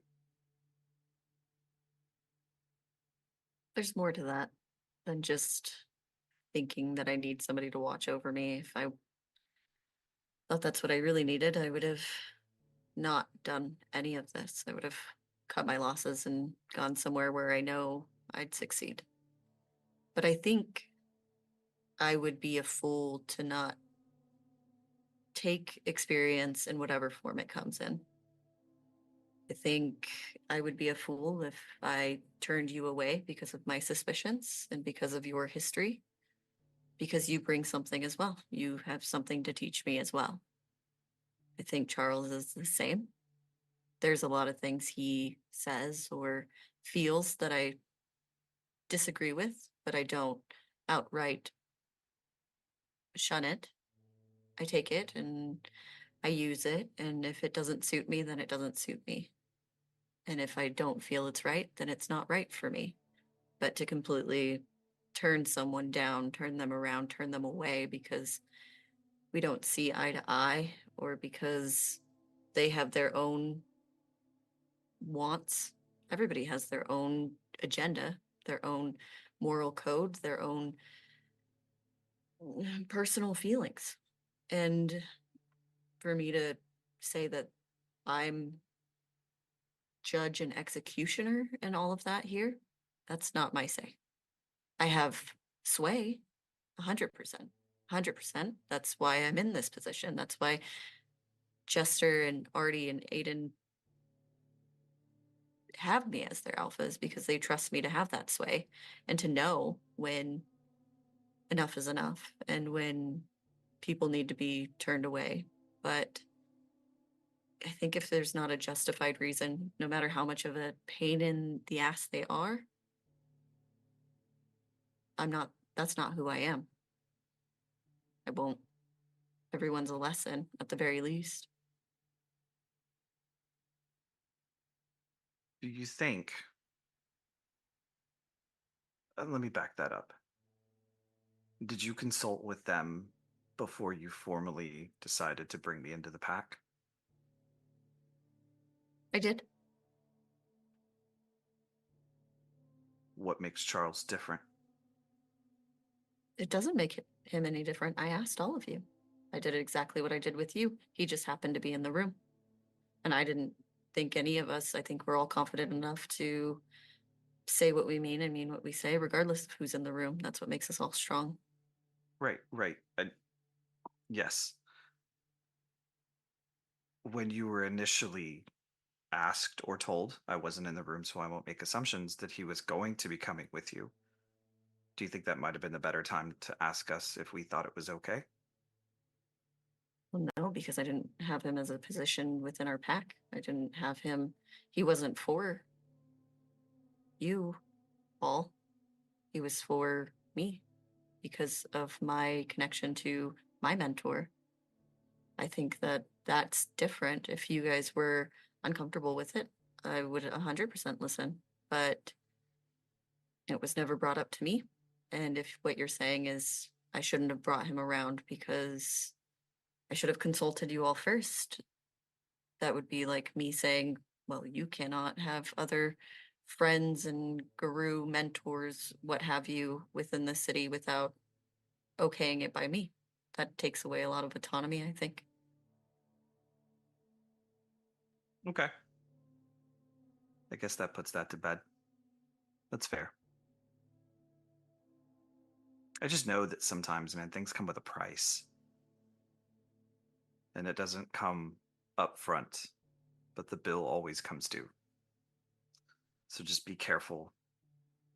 I mean, you should know your kind better than I do, although I think we both have ideas about each other's kinds. But if you find yourself in a situation you don't know a way out of, complicated situation that needs a delicate hand, you got my number.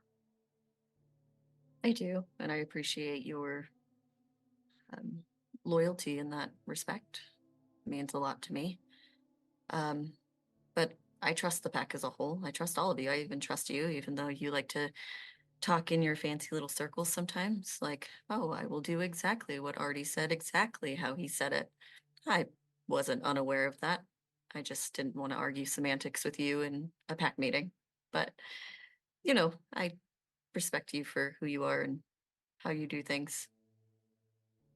And I hope you respect me in the same way I do things. And it may be controversial, but I know we all have our own gifts and ideas when it comes with our tribes and our auspices. But to me, we're all just individuals.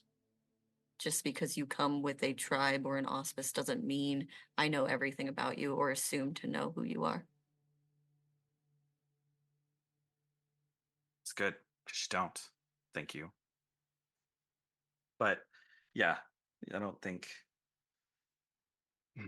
Well, I think that's your decision to make. You don't have to question my loyalty, but you will constantly have to question my methods. So just understand that I'm here and I'm going to do what we're going to do because it's all I've ever known and it's all I've ever done.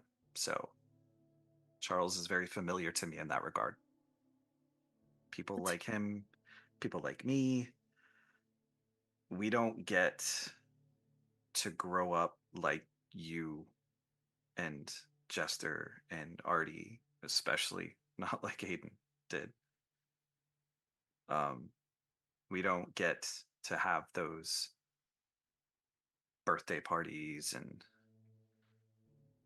gossip at the locker, whatever it is that you go through. We don't get to have that. We don't grow up with that. So what we see and what we do, the mission is our life. I mean, I know how to use a knife before I was double digit in age. So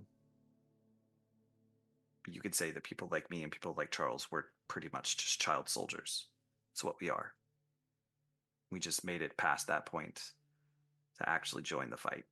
So we're complicated. We're different. So I get them, that. but I don't have to like them. Absolutely not. You don't have to like really anyone, I guess, but I have a feeling you wouldn't be here if you didn't like us just a little bit. Just a little bit. Just that much. Just enough to keep you wanting a little bit more. The We have that meetings effect on people. are a little boring, but I keep coming back. I don't know why. I just do. So it's fine. Anyway, you also wanted to talk about some stuff, I guess. I did. I want to talk about a couple of things before that, though. The thing that happened with you and Aiden. I don't think you and I ever cleared the air, and I'm past the anger, I guess you could say. But I hope we can come to an understanding sooner than later. Would make it easier, I think, for both of us, that we don't need to do this back and forth of, well, you want a certain thing and you don't think I'd give it to you, so you do it in a way that you're used to. And then I get angry, so I perpetuate the stereotypes that you think I already have within me. And we do this over and over and over until contention turns to friendship or enemies. That just sounds like a lot of work. And I'd like to get past all of that if that's okay with you. No, that's fine. What happened between me and Aiden? It happened fast. He had ideas of things he wanted to do. I don't work like that. So we weren't going to do that. And he's in a room, and I'm a ragabash. And I can tell you, we couldn't be more different. And so we had to find something to breeze that over. And that was the fastest thing I could think of. And it went south. Yeah, it probably shouldn't have happened the way that it happened, but I think we have an understanding Also, now. as somebody who, within the first conversation I had with them, wanted to be the challenge guy, you'd think you'd know that wasn't really a real challenge. Well, I don't think he knew what he wanted to get out of a challenge anyway. So I figured I would take that situation and drive it towards something that we could use. Didn't work out that way, but I tried to focus it somewhere where it was needed more. And you guys got interesting information, so I will give you that at least. And maybe it was in its own weird way a bonding between you and Aiden. So if that's how it had to happen, then sure. But just, in the future, it'd be nice to just know what's going on. Like, I'm not going to, I might tell you can't do something, but a lot of the time, if it's something you're going to do anyways, I'd rather just know about it. I'll keep you updated. I appreciate that. Said somebody's got to water my plants if I die. Well, I can, I have the opposite of a green thumb, but I can do what I can. If we keep walking a little bit, I'll show you something. We'll get there here shortly. But I mean, yeah. To be honest, we are creatures of anger, and that anger is going to boil over. And you can't have all that on your shoulders. And this is not me making a play for power. I know I want to, but it's logical in this regard. You do need somebody to manage those things for you. But that is also something that can wait until we grow a little bit more in size. More packs. I'm an idealist. So at some point, you're going to need somebody to manage it. You will. I agree with you. I think it's smart of all of us to take it one step at a time. We're still, for the most part, getting to know each other in different ways. Aiden and Artie and Jester and I have gotten closer. We've been through a lot in the short amount of time we've been together, but we still don't know everything about all of each other. So I think that trust and that falling into where we fit best will happen as we move through these one after another trial and turbulation, Yeah. I wish I could punch Star in the shoulder, because I feel like I owe that to Star for dragging me down into this shit. But I haven't left yet, so I'm either crazy or enjoying it, one or the other. I think a little bit of both. Probably. Speaking of crazy, though, the reason I did want to talk to you is about, well, your favorite person, Charles. He had mentioned Chicago and said I should have a conversation with you about it. What about Chicago? The issues that happened up there between, I guess, leeches and Garou. He particularly said it after we met up with Spud, so he was probably feeling some sort of way and was like, oh, well, that'll change your mind. I'm sure that's what he was trying to do. But, I'm always fascinated by the history, and I think you can learn something from history. So who better than somebody who was in the area?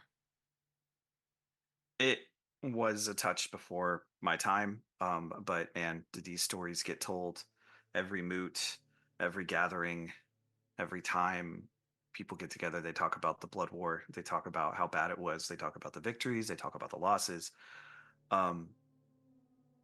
Yeah, it was rough.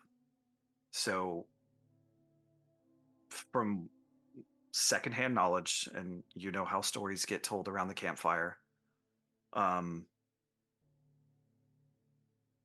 Chicago, a lot of leeches up there, like a lot of leeches up there. But the area surrounding Chicago, and even one particular point in Chicago itself, do belong to us, and have for, gosh, years and years and years, decades, centuries probably. The opening shots were us. From what I hear, a group of Nars actually attacked a club that belonged to them. And of course, they didn't take too kindly of it. So, in the aftermath of that, some of our galleon went missing. And that's when they sent out the call just north-ish of Chicago. There's a sept up there. I think it's the Sept of the Raccoon. It's mostly Shadow Lords. They sent out the call that they were gonna go in and they were gonna cause some problems and we were gonna get our people back. So that's when it all started. We started moving south into the city, hitting places where we knew their servants lived and worked, because it was the cops who picked up our galleon, controlled, of course, by them. At some point, the head of them in the city, I don't remember his name off the top of my head, but he, at that point, just declared all out war. And so for the next couple of nights, it was blood and lots of it. At one point, a group of them came to us and said they didn't want any of the heat no more, and that they were off limits and we were off limits. So we agreed to that.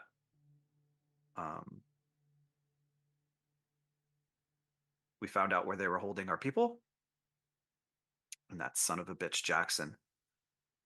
That son of a bitch Jackson was the one that was holding our people. He runs that city now, by the way. He's the head up there. Everybody knows his name. Everybody does. And we went after him, went after them, didn't get him, got some of our people back. And at that point, we went looking for the head of the city. That was our next target. We were going to cut the head off the snake. And this is the part that I refuse to believe, because this is the part you're going to laugh about. But the rumor amongst the Seps is that we got the location of where he lives. You're never going to believe this. You'd never guess. From Al Capone. Like the Al Capone. I think it's a bullshit story. I'm pretty sure it's a bullshit story. But, I mean, this was in the early 90s, mid 90s. So that makes zero sense. But if he was one of them, sure. But I mean, it's Chicago. Everything's a rumor and everything's a story. So whatever. We hit where he lives, and a lot of Garou went in there, and a lot of them didn't come out. But we managed to cut the head off the snake. And we got him. It was bad from what they say, but some people tell the story as a great, glorious battle. I mean, you know how it goes. And then things kind of died down after that. But that's when the epilogues of the story started to come out. That it wasn't us who started it. That it was a totally different group. It was a totally different organization of leeches that did it. They manipulated us into striking first. They gave away the locations of our galleon. They fed us information on where they were at. And we got played the entire time. So the whole fight was just probably a power play amongst their own kind. And that scares the shit out of me. I mean, these things can get really old. Really, really old. And to be able to manipulate that many of our kind at that level to start an entire war of the city just to get a few blocks, just to take out some people you don't like. And I get it. You're talking to one of them now, and that's fine. Like, I'm not the guy that you should ever expect is going to judge you for that. I'm not. Get the information where the information is good, but man, you got to watch out for these things. they can come up and get inside of us and manipulate us and twist us and have us thinking one thing and doing another. And that's what we have to be careful of. Hitting locations like we're doing now is fine. But we're going to have to be way smarter than we are now. We're going to have to be slicker, quieter, and we're going to have to beat them at their own game. You think this plan to get rid of their food sources is going to work? I think it's going to put them in a panic. I think the more powerful ones will be fine. They're old, they have contingency plans. And just like, you think of this like medieval history, when the siege on the castle starts, it's always the poor people that die first. They don't eat as well.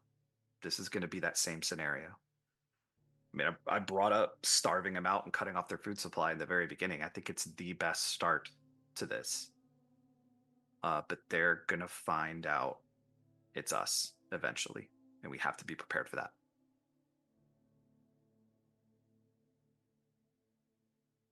Do you think where we are now, we are ready for a possible situation like Bloody Mary?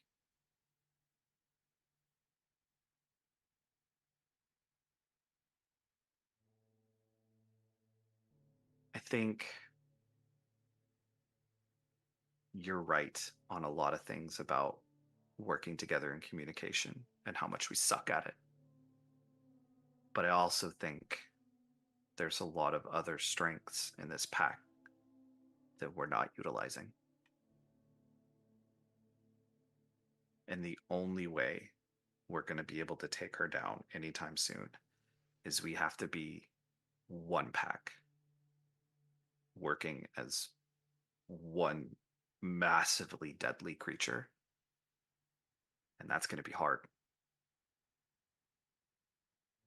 And how do you suggest we embolden that? I think this first mission is going to be a good step in that right direction. Yeah. Good. Okay. What are your concerns?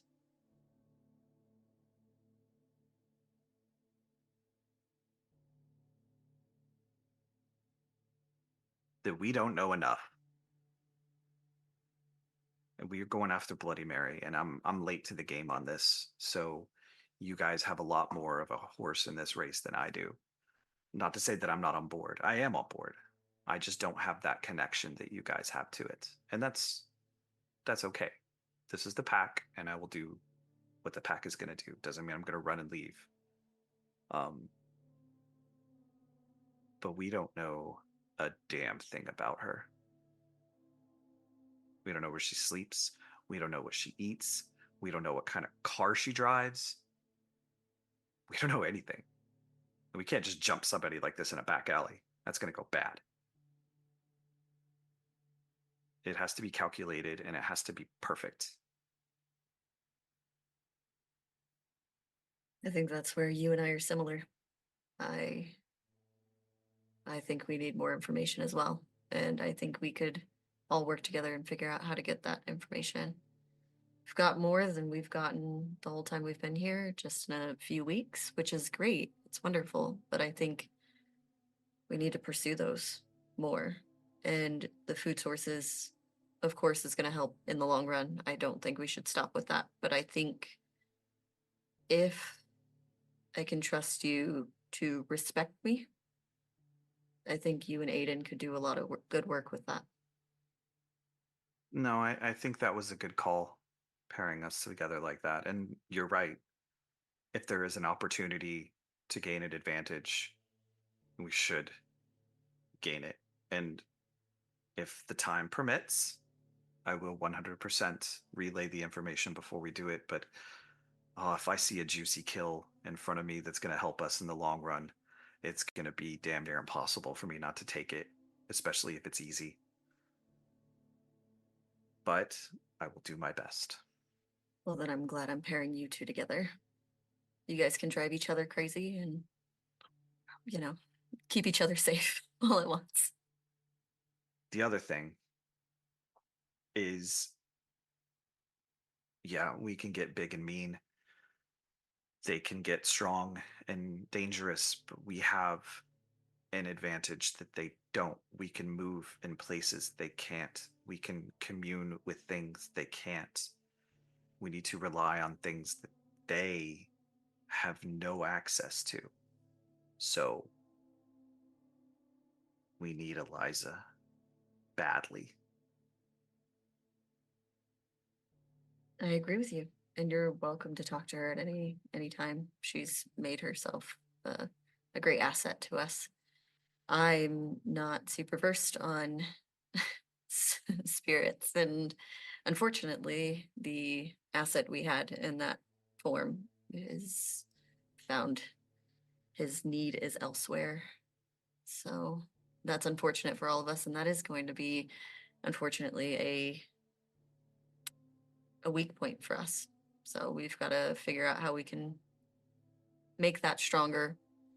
And Eliza is definitely a great one to talk to about it, but she's not going to be the strength that we need in those active moments. So we need to figure out how we can fill those spaces of all of us together in whichever way we can. And we may have to make some friends we're not necessarily comfortable making, which yours seem to be on the right track too. So keep running that down. And I think if we get ahead of a situation like that, it's less likely that it's going to come and bite us in the ass afterwards. I completely agree. I think once the bigger issue is out of play, then that's something we can focus on. It'll seem like small spuds, small potatoes. It's a good one. That's a good one. He'll stop and look around, and he'll look down, and he'll kneel down in front of like a purplish green plant. He'll take out a little knife, and he'll start digging, and he'll cut away some roots and pull them up and look at them and hold them up in front of his face. Datura. It's a mild hallucinogenic. You powderize it, put it in liquid. It's decently effective.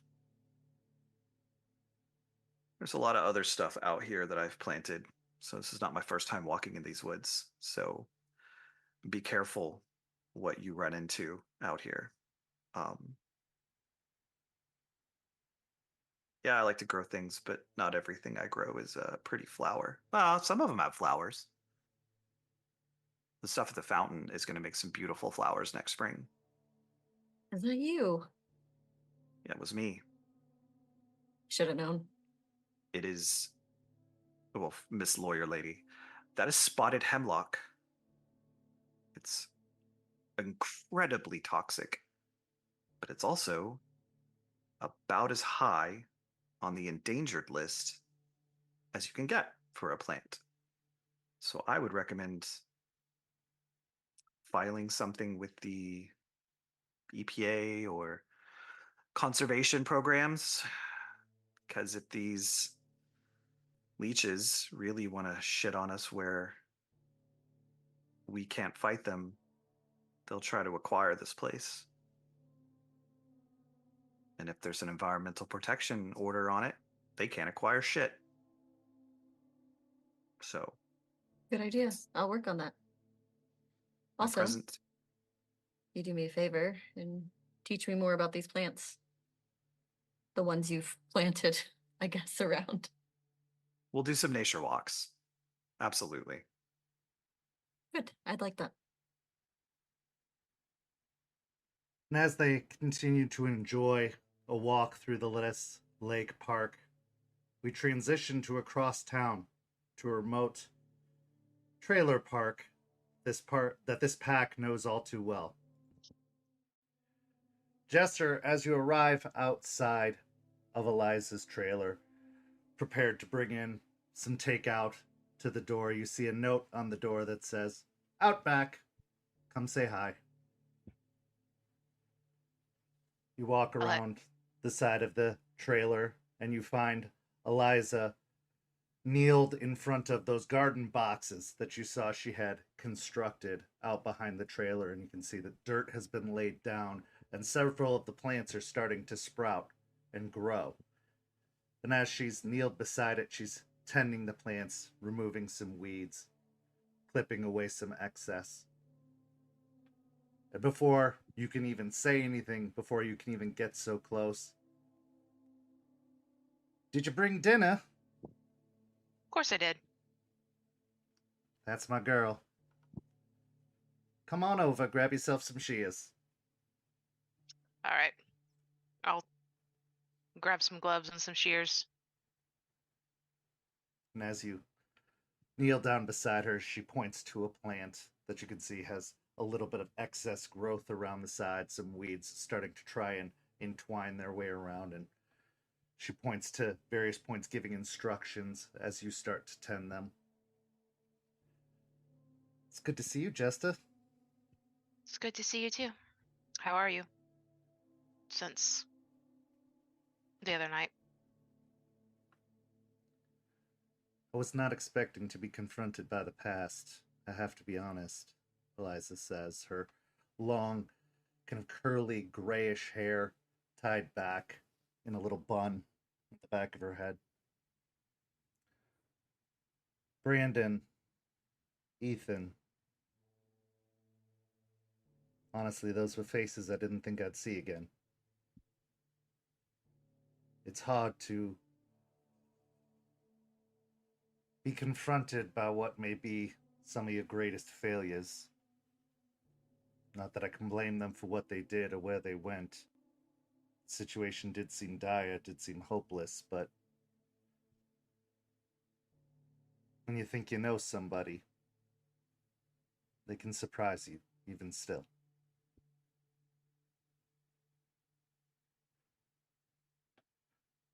They seemed very angry about what happened. Well, they had every reason to be. They had to watch their friends, their family, choose a path that, well, more likely than not, was going to only end one way. We didn't know how, we didn't know what it would look like, but it was terrible what happened. Absolutely terrible, and I would give anything to see that wrong undone. But we do the best we can with what we have. We didn't choose the fight chose us. And Ryder, he was in a very precarious position. After Joseph's passing, he inherited a great deal of responsibility. But someone had to do it, and there was no one better. Joseph knew that. Ryder knew that. It's easy to forget that we're human, and we have human desires, a wish for something more, something after. We can't help but plan for a life after the war, after the battle, because if we don't, it makes the battle seem meaningless. If you expect the war to end in your death, then you are assuring that the war will end in your death, because you will always be running straight towards it.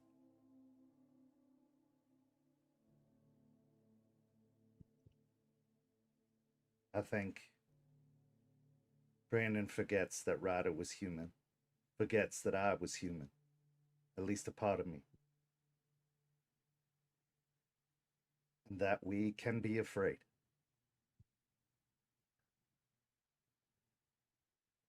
He said that Ryder got his best friend killed.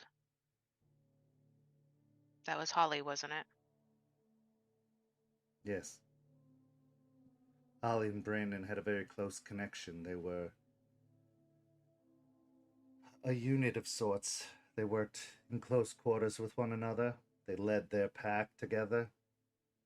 Brandon was like a second to her, and he respected her greatly. And Ryder and Holly, well, they were connected as well, in a way that only two people who know the struggle of what it is to be Garou can feel. You don't have to beat around the bush. He loved her. Very much. I know. I feel it.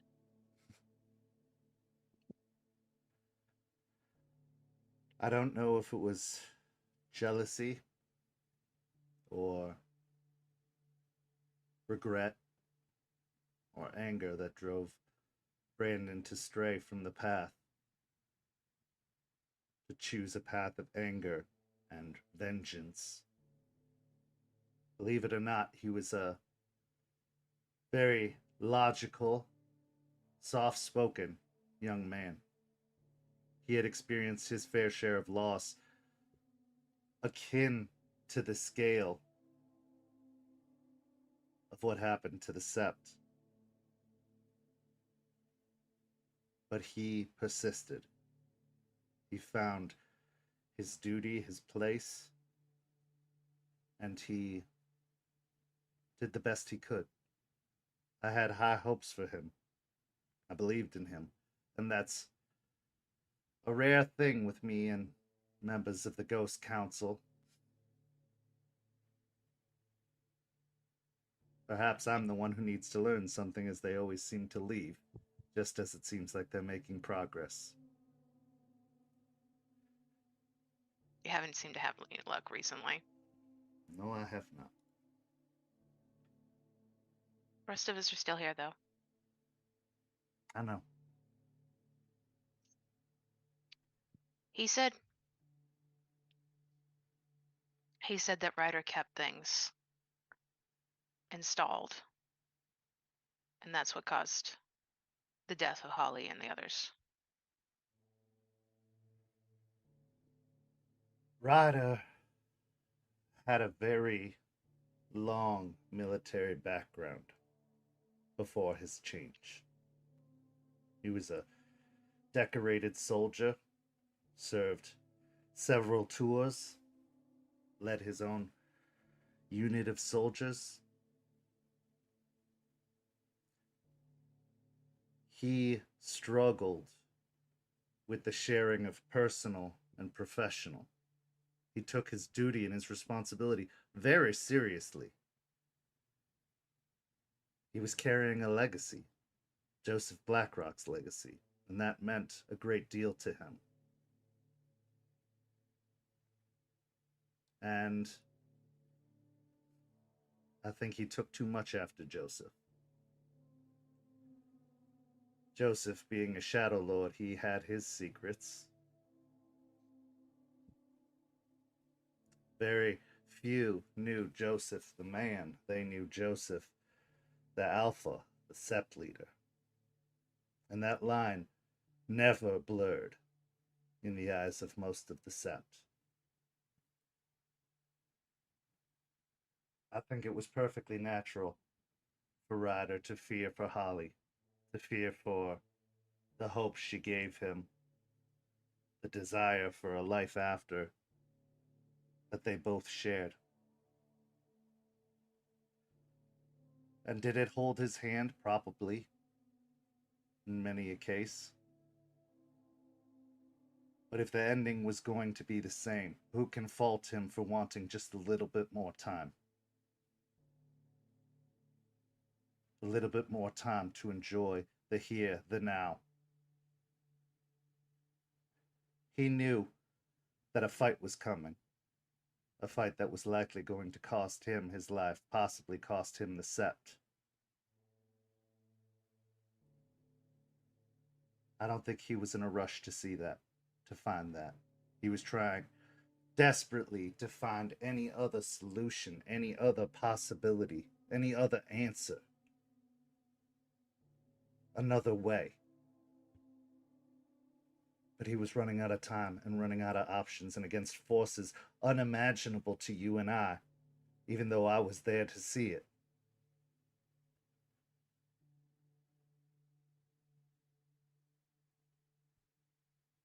Dancers, leeches, banes. There were no odds in their favor. And yes, they could have given up the fight and fled, lived to fight another day. But that carries a heavy cost, a shame. And while, yes, that sept, the members of that sept may have fought in other battlegrounds, in other septs, they might have found a purpose elsewhere, but they would always carry that shame. Garou do not cede ground lightly. They fight, even if it means dying. Even if it means losing. Because there is honor in losing. There is glory in dying in service of the can. And that's all you have to take with you into the beyond, is the deeds you did on this place, in this life. I do not believe he wanted Blackrock's legacy to end in shame, in defeat, because of retreat. Joseph sure wouldn't have. And that weighs heavy on a Garou. That weighs heavy on a leader. Because again, what would it all have been for? What would Joseph's death, his mentor, almost like a father figure to him, after his change, what shame would he have felt? Shame he probably still feels, regardless of the outcome.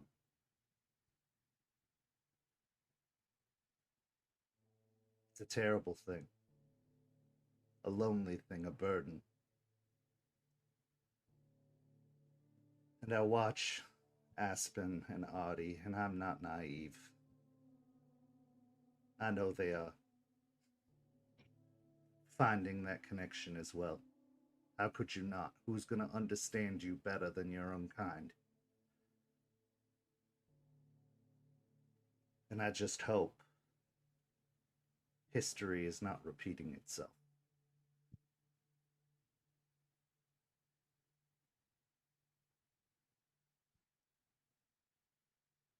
So, Ryder came back. Joseph said he was following me to actually talk to me a few times now. You were right in thinking that there is an afterlife for Garou, I guess. There's a place that our spirits go. He said he went, but Holly wasn't there, and so he came back. I swear that boy is part ox, stubborn, even without a pulse. Maybe that's why he's attached himself to me. I'm stubborn too. Oh, you don't say. I didn't give up on you. And I'm thankful every day for it.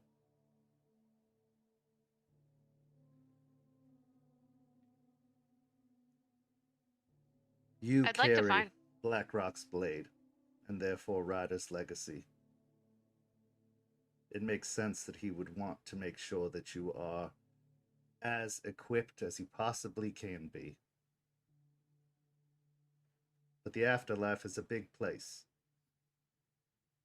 It dwarfs the size of the Umbra.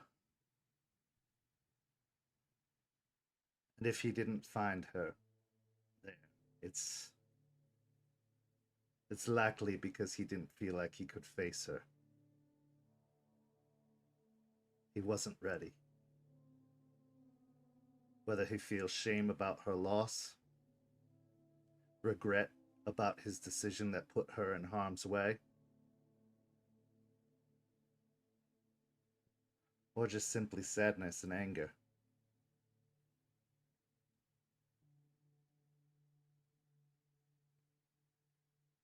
When we move on, what we feel moves on with us, and he died a very angry person.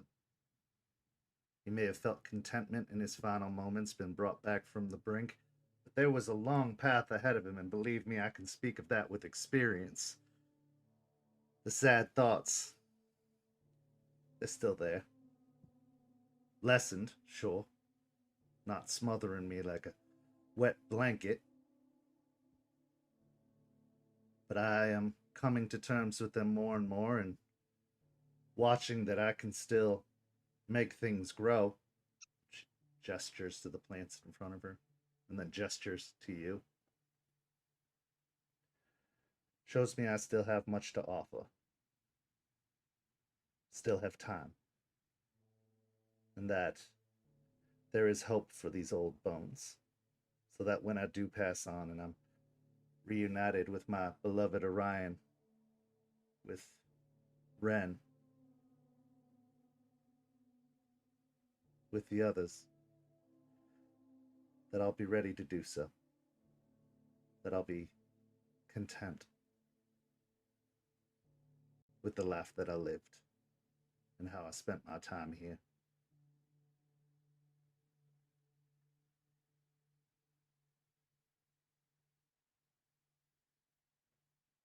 So,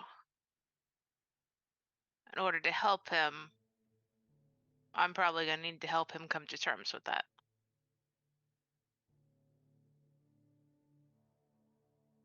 Yes.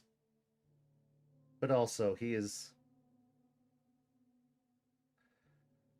doing what he believes he has to do, what his purpose calls for. And I think helping him complete that purpose as well will bring some of that peace, some of that calm. His greatest rivalry, his vendetta, is against Bloody Mary. And as long as she stalks this world, continues to cause pain and agony until she is destroyed, I believe he cannot rest.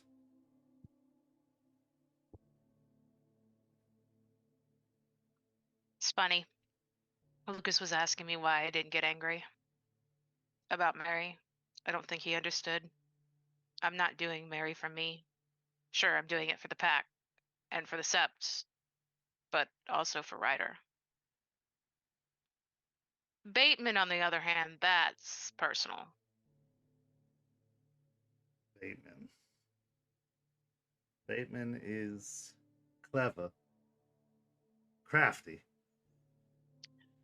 I'm going to have to figure out something else for him. I know. Don't underestimate him.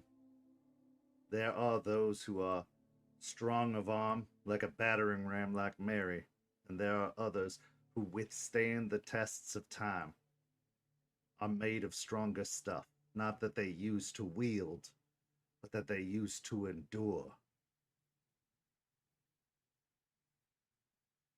Bateman endures. He waits. And you can throw your full weight against him. And if you're lucky, maybe crack his foundation. But he knows he has something that you don't. And he will use it. Time. Time. Many of the old ones do. And sure, you might destroy everything he owns, take everything he's created, but he will rebuild long after you're gone. He'll just start anew. Old ones like that one have done it many times, in many places.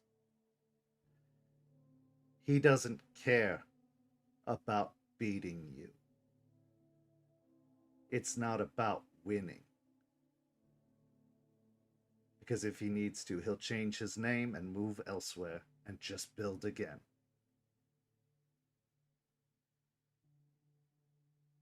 Probably done it before. Likely, if not stopped, will do it again. Their ambition is relentless. And they don't care about the little victories.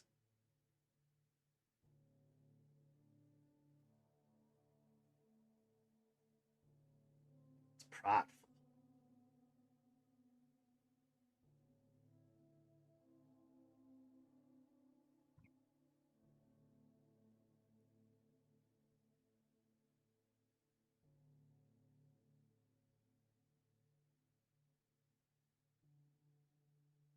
Suppose I'm gonna have to get help on him. But that's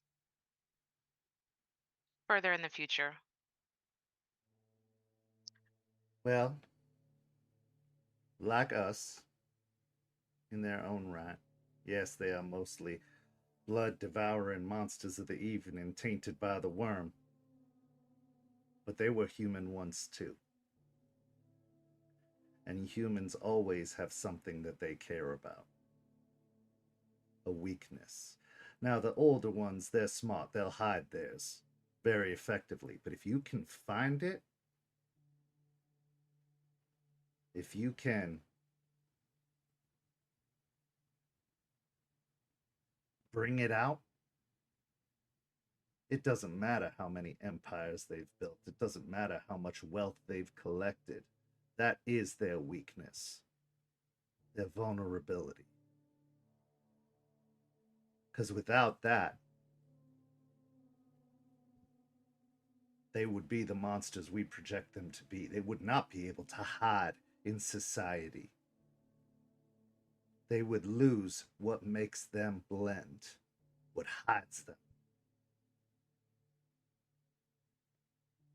But it's not going to be easy. Like I said, he's one of the older ones. He's probably thought of this many times.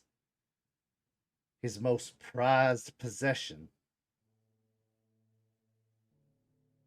his anchor. You just have to follow the chain that links to it from him. Wherever it is. Could be close. A lot of them like to stay close to keep an eye on their anchors. Others keep them as far away as possible so they're almost unreachable. But they exist. The tools they use against us, the methods going after our loved ones, it's also their greatest vulnerability. That's why they use it. That's why they strike out. Because what hurts others is what hurts them.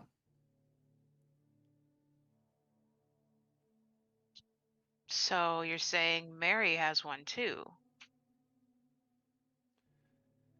I don't know what to say about that one. She is the most ruthless of their kind I have ever encountered. But she has to, or else you would have encountered her already. There would be nothing holding her back. There's something she cares about, somewhere. Possibly the only thing she cares about.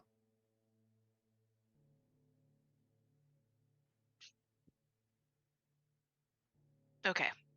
I have so many questions. Also from the pack.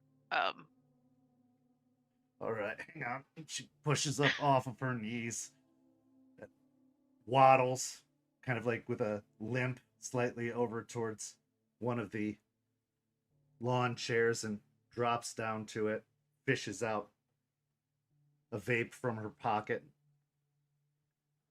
Go on then. All right. So have you heard of Aspen working with one of them? Pseudo one of them? I don't get it. Really? What, like one of their thralls? No, so he calls himself Spud, apparently.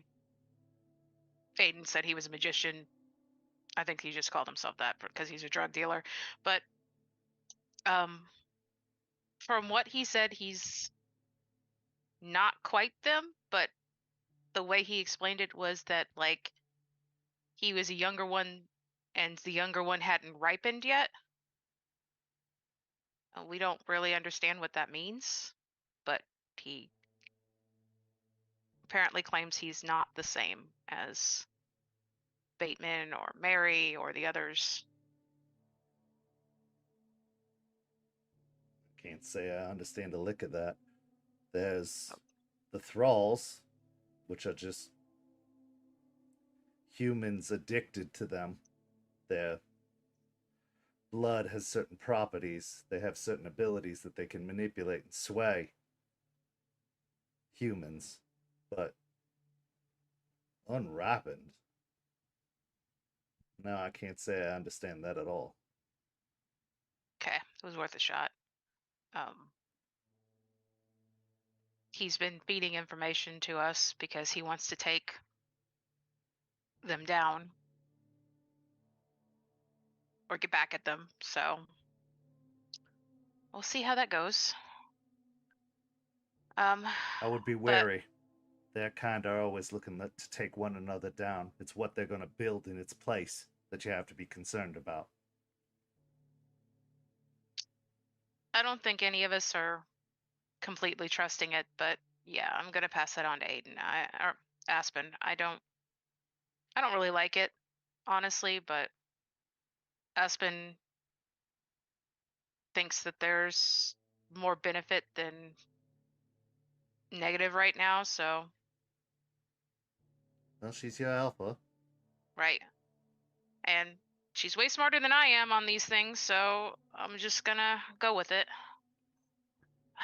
He did mention, though, or tell her that Bloody Mary was a sheriff and there's some sort of hierarchy. Like, they have a king, too. Do you know anything about that? Probably some sort of outdated terminology that they use to establish themselves. They always want to think of themselves as lords and kings and dukes, and I even heard one called a baron once. Okay. So it's all pretentious because apparently they call themselves kindred. Like the hospital? We looked that up. We're not sure on that one. But I guess like kindred spirits or something. It's really pretentious sounding. The last thing I think of when I think of those creatures is spirits. Yeah. Speaking of that, I remember we'd spoken a long time ago, relatively, about possibly convincing spirits to help spy. Is that still possible?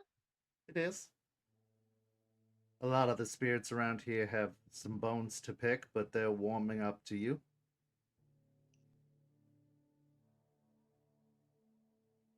Can you teach me more about the spirits? I mean, with writers sticking around and honestly, maybe us convincing some spirits to help us out. I'm good at convincing people. I might be able to be good at convincing spirits, especially since a lot of them consider you their favorite. I wouldn't say that much. I've just shown them a kindness that the others take for granted, and, well, I stayed when others left. So I think that there's a bit of camaraderie there, some loyalty there, but I've made my missteps with them in the past. But certainly there are some methods of thought that believe that everything has a spirit. These shears, these plants, even the wood that makes up those garden boxes. Whether they are spirits themselves or came from spirits. Now, some spirits simply serve form and function. It's all they know.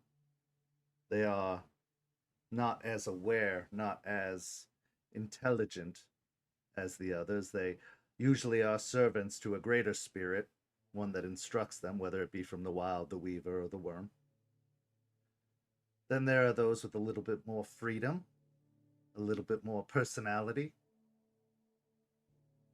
But there is a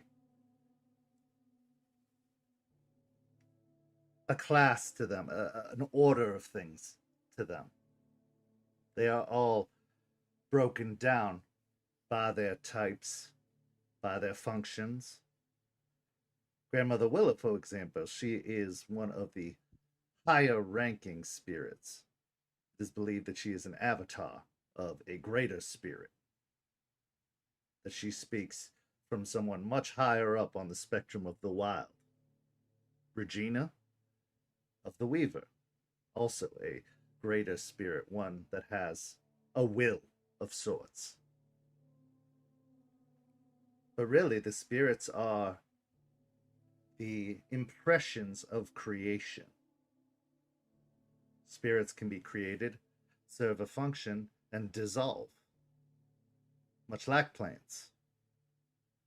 Other spirits manifest based off of emotion of a place, of history of a place.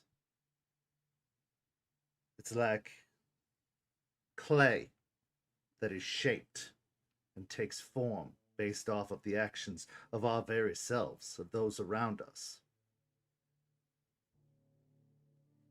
They come from a place deep within the Umbra known as the Spirit Wilds, a place that they return to when they are supposedly destroyed or when they have served their purpose, only to be remade, reshaped, and reforged once again.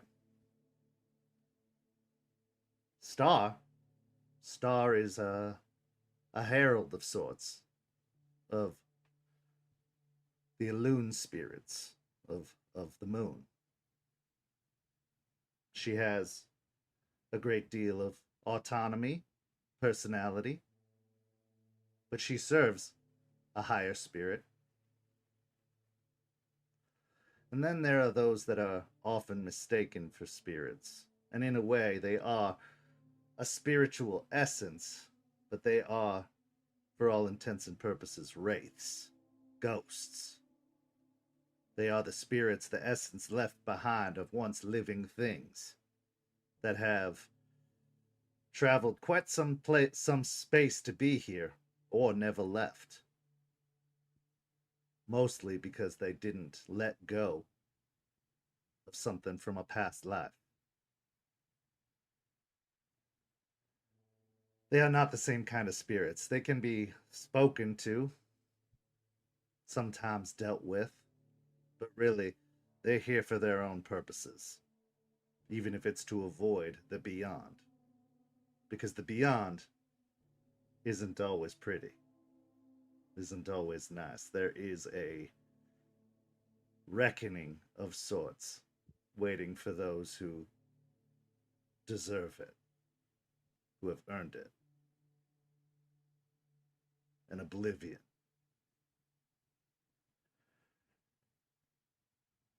But yes, I can tell you all about the spirits. I can introduce you to a few, teach you how to conversate with them, how to speak to them, how to connect with them.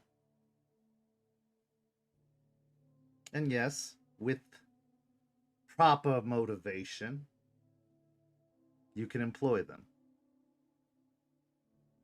But just like any other thing, there is likely something they will want in return.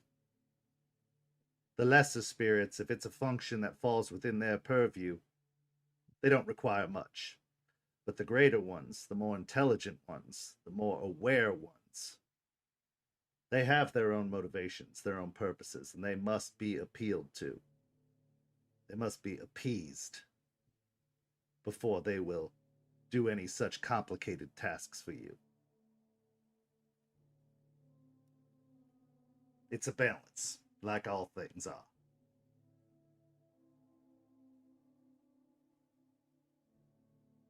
I'd like that. At least in memorizing facts and stuff, I'm a little slow, but You don't need facts, my dear. You can work with spirits just with your intuition, your instinct, your feelings. Because that's what they understand best. They understand energy, the energy you create, the energy you give off. Trying to deceive a spirit is a very difficult task, especially with the more grandiose of spirits, because they can read your energy. They don't care about your face, whether you're smiling with daggers behind your eyes. They can see beyond that, through that. As we are part spirit, like recognizes like. If you put out a good energy and you are talking to a spirit who is ready to receive such good energy, if you come with conviction, with purpose, with truth, and with a dash of positivity, and you're talking to the right spirit, they will understand you, they will know you, and they will adapt to match that kind of energy. But if you come with anger, hatred, vengeance, you're calling to the wrong spirits. That's where you get your banes. That's what they feed upon. That's what they are seduced by and drawn to. That is what they want. So depending on the type of spirit you wish to commune with, you're going to have to present yourself in a fashion that is appealing to them. Okay. I kind of get it. Kind of like, not completely, but kind of like dealing with people, the energy you bring. Yeah, we can deceive people, but the energy you bring into a conversation usually helps you get what you want from it. Of course. And there are those who will believe you and those that won't. The same rings true for the spirits. You have to understand, they have experience also. They have been through things somewhat similar to what you've been through. They've lived lives. Lives, for some of them, longer than any of us could ever deign to witness. And then there are those that are new to the Umbra, new to existence, that are naive and just finding their way, finding their purpose. But they have experience. They have seen things. They have experienced things. They have felt things. Because what we do here impacts them also.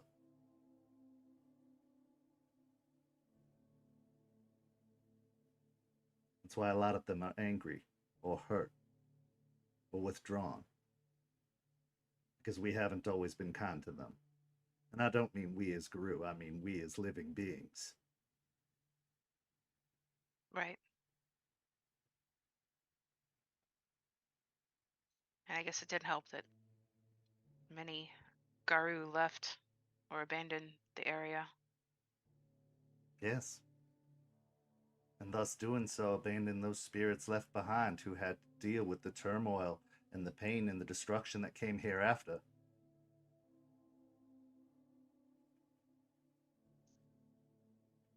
Speaking of pain and destruction, you mentioned earlier Banes and spiral dancers. Uh, does this have anything to do with Piney Point? That was the last stand. That was the location where Ryder sent the Sept to destroy the hive of black spiral dancers that had been working with and colluding with the kindred, hate that word, the leeches of the city. Yeah, we decided not to use Kindred. It's bad.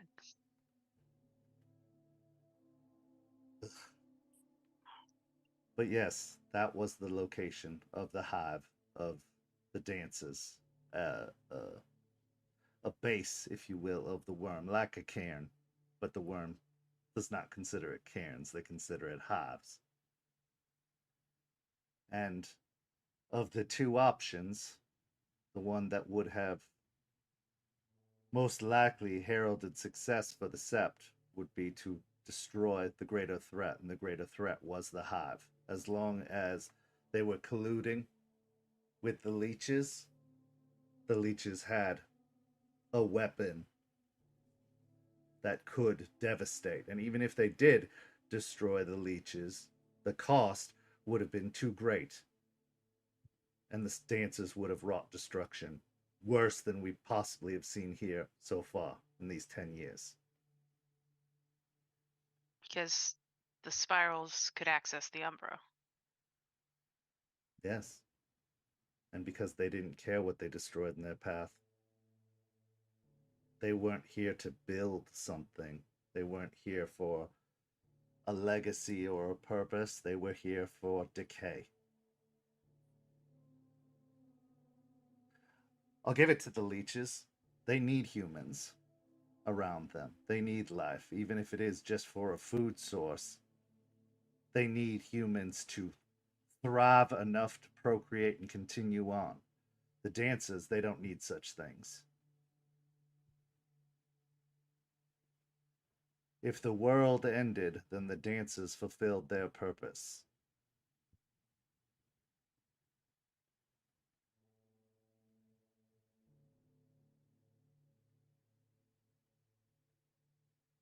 So, even though the Sept was lost, the sacrifice made sure that Tampa wasn't lost completely. In a way, yes. The Garou lost a foothold for sure. Many spirits were driven away, perished, returned to the spirit wilds. The corruption of the worm still stands, but it stands much slower than if the dancers had succeeded. It was a necessary sacrifice, whether it was done by this sept or another.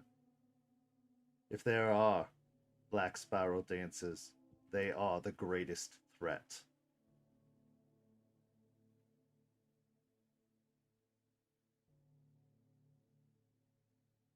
Kind of glad that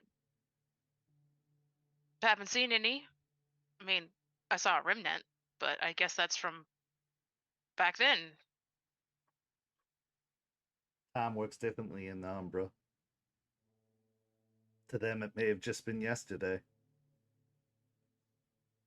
Or it may have been a millennia.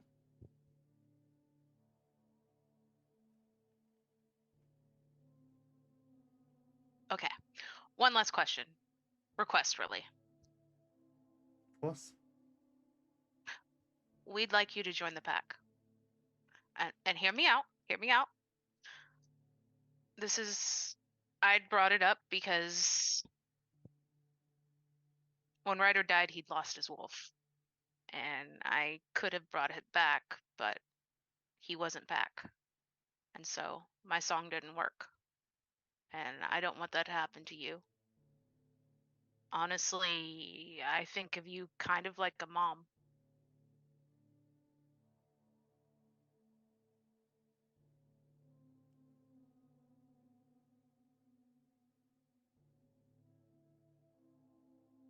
I'm not sure you understand what you're asking.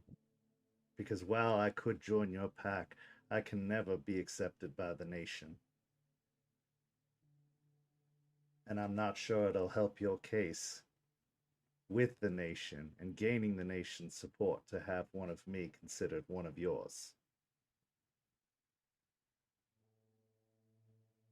I will always support you in whatever you do. I will teach you all I have to teach. And I will guide you.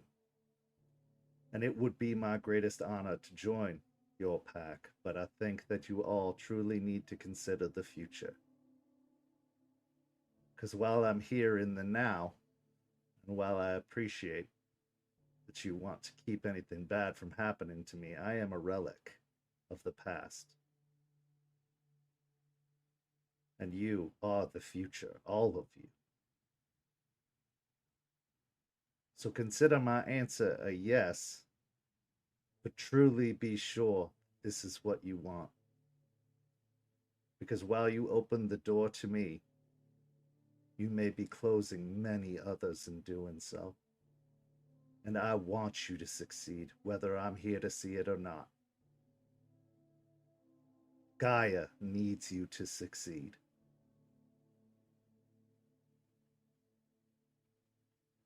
Just consider it. And I will be here for you, and I will support you. And if this is truly a path you all wish to take, I will walk it alongside you. But I will be gone one day. And hopefully it's a long time from now, but who's to say? I didn't think I'd make it this far. And when I can't walk that path with you, not in body, I hope you don't have to continue to walk it alone.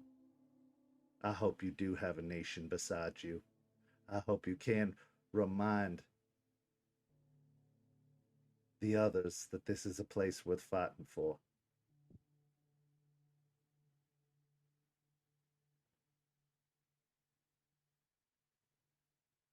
Just consider it and talk with the others. Truly talk.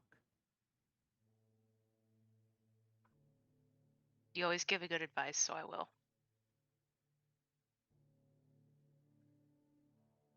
You continue to garden as the sun dips on the horizon, just enjoying each other's company, whether it's as surrogate mother and daughter, or two Garou, or just the old, the young, the past, and the future. And with that, we transition to our final scene of the evening. We find ourselves in an elevator, which is slowly crawling its way up one of the Weaver's grandest creations, at least locally. Inside, a conversation is taking place, but the way we see it, it's a little one-sided. As a man talks on a phone. The man with his platinum blonde hair, parted very neatly to the side, dressed in a finer suit, not ruined by the ravaging claws of a lesser. Charles Albrecht talks on a cell phone. The situation is developing. I believe that there could be some problems, and I'm not completely confident. But I'm doing as you say. He listens to the response, giving a simple yes, sir, no, sir, in response to questions that are being asked. They wish to bring me in, to accept me as part of their pack. I have my trepidations, as you know. But if you believe it's the best course of action to fulfill my purpose, then I will do as you say. Yes, sir. The elevator starts to slow, the beeping of the floors slowing down. Yes, Mr. Morningkill. I will acquiesce. I have a meeting. I will call you after. And with that, he hangs up the phone and slides it into his pocket. The elevator doors open on a waiting room. There is a coffee table set out with magazines nicely displayed. There are lush couches lining either side of the elevator doors. There are big open windows with light shining through. And there is a sign, neatly lettered above a receptionist's desk, that says Tampa Property Management. And that is where our session will come to a close. Thank you so much to these incredible players. Thank you so much to everybody watching at home.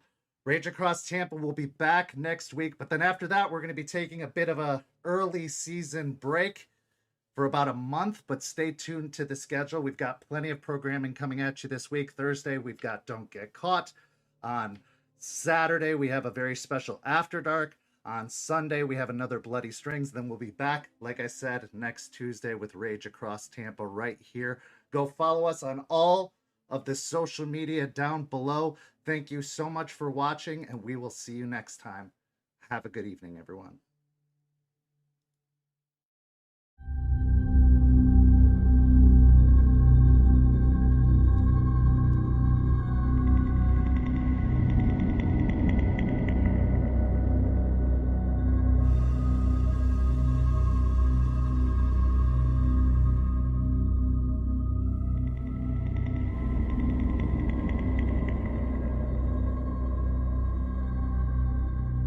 This has been a St. Petersburg by Night production. Rage Across Tampa is produced in agreement with the World of Darkness and Dark Pack. The storyteller for Rage Across Tampa is Kent. Tonight's characters were voiced by Preston, Champ, Noree, and Walks.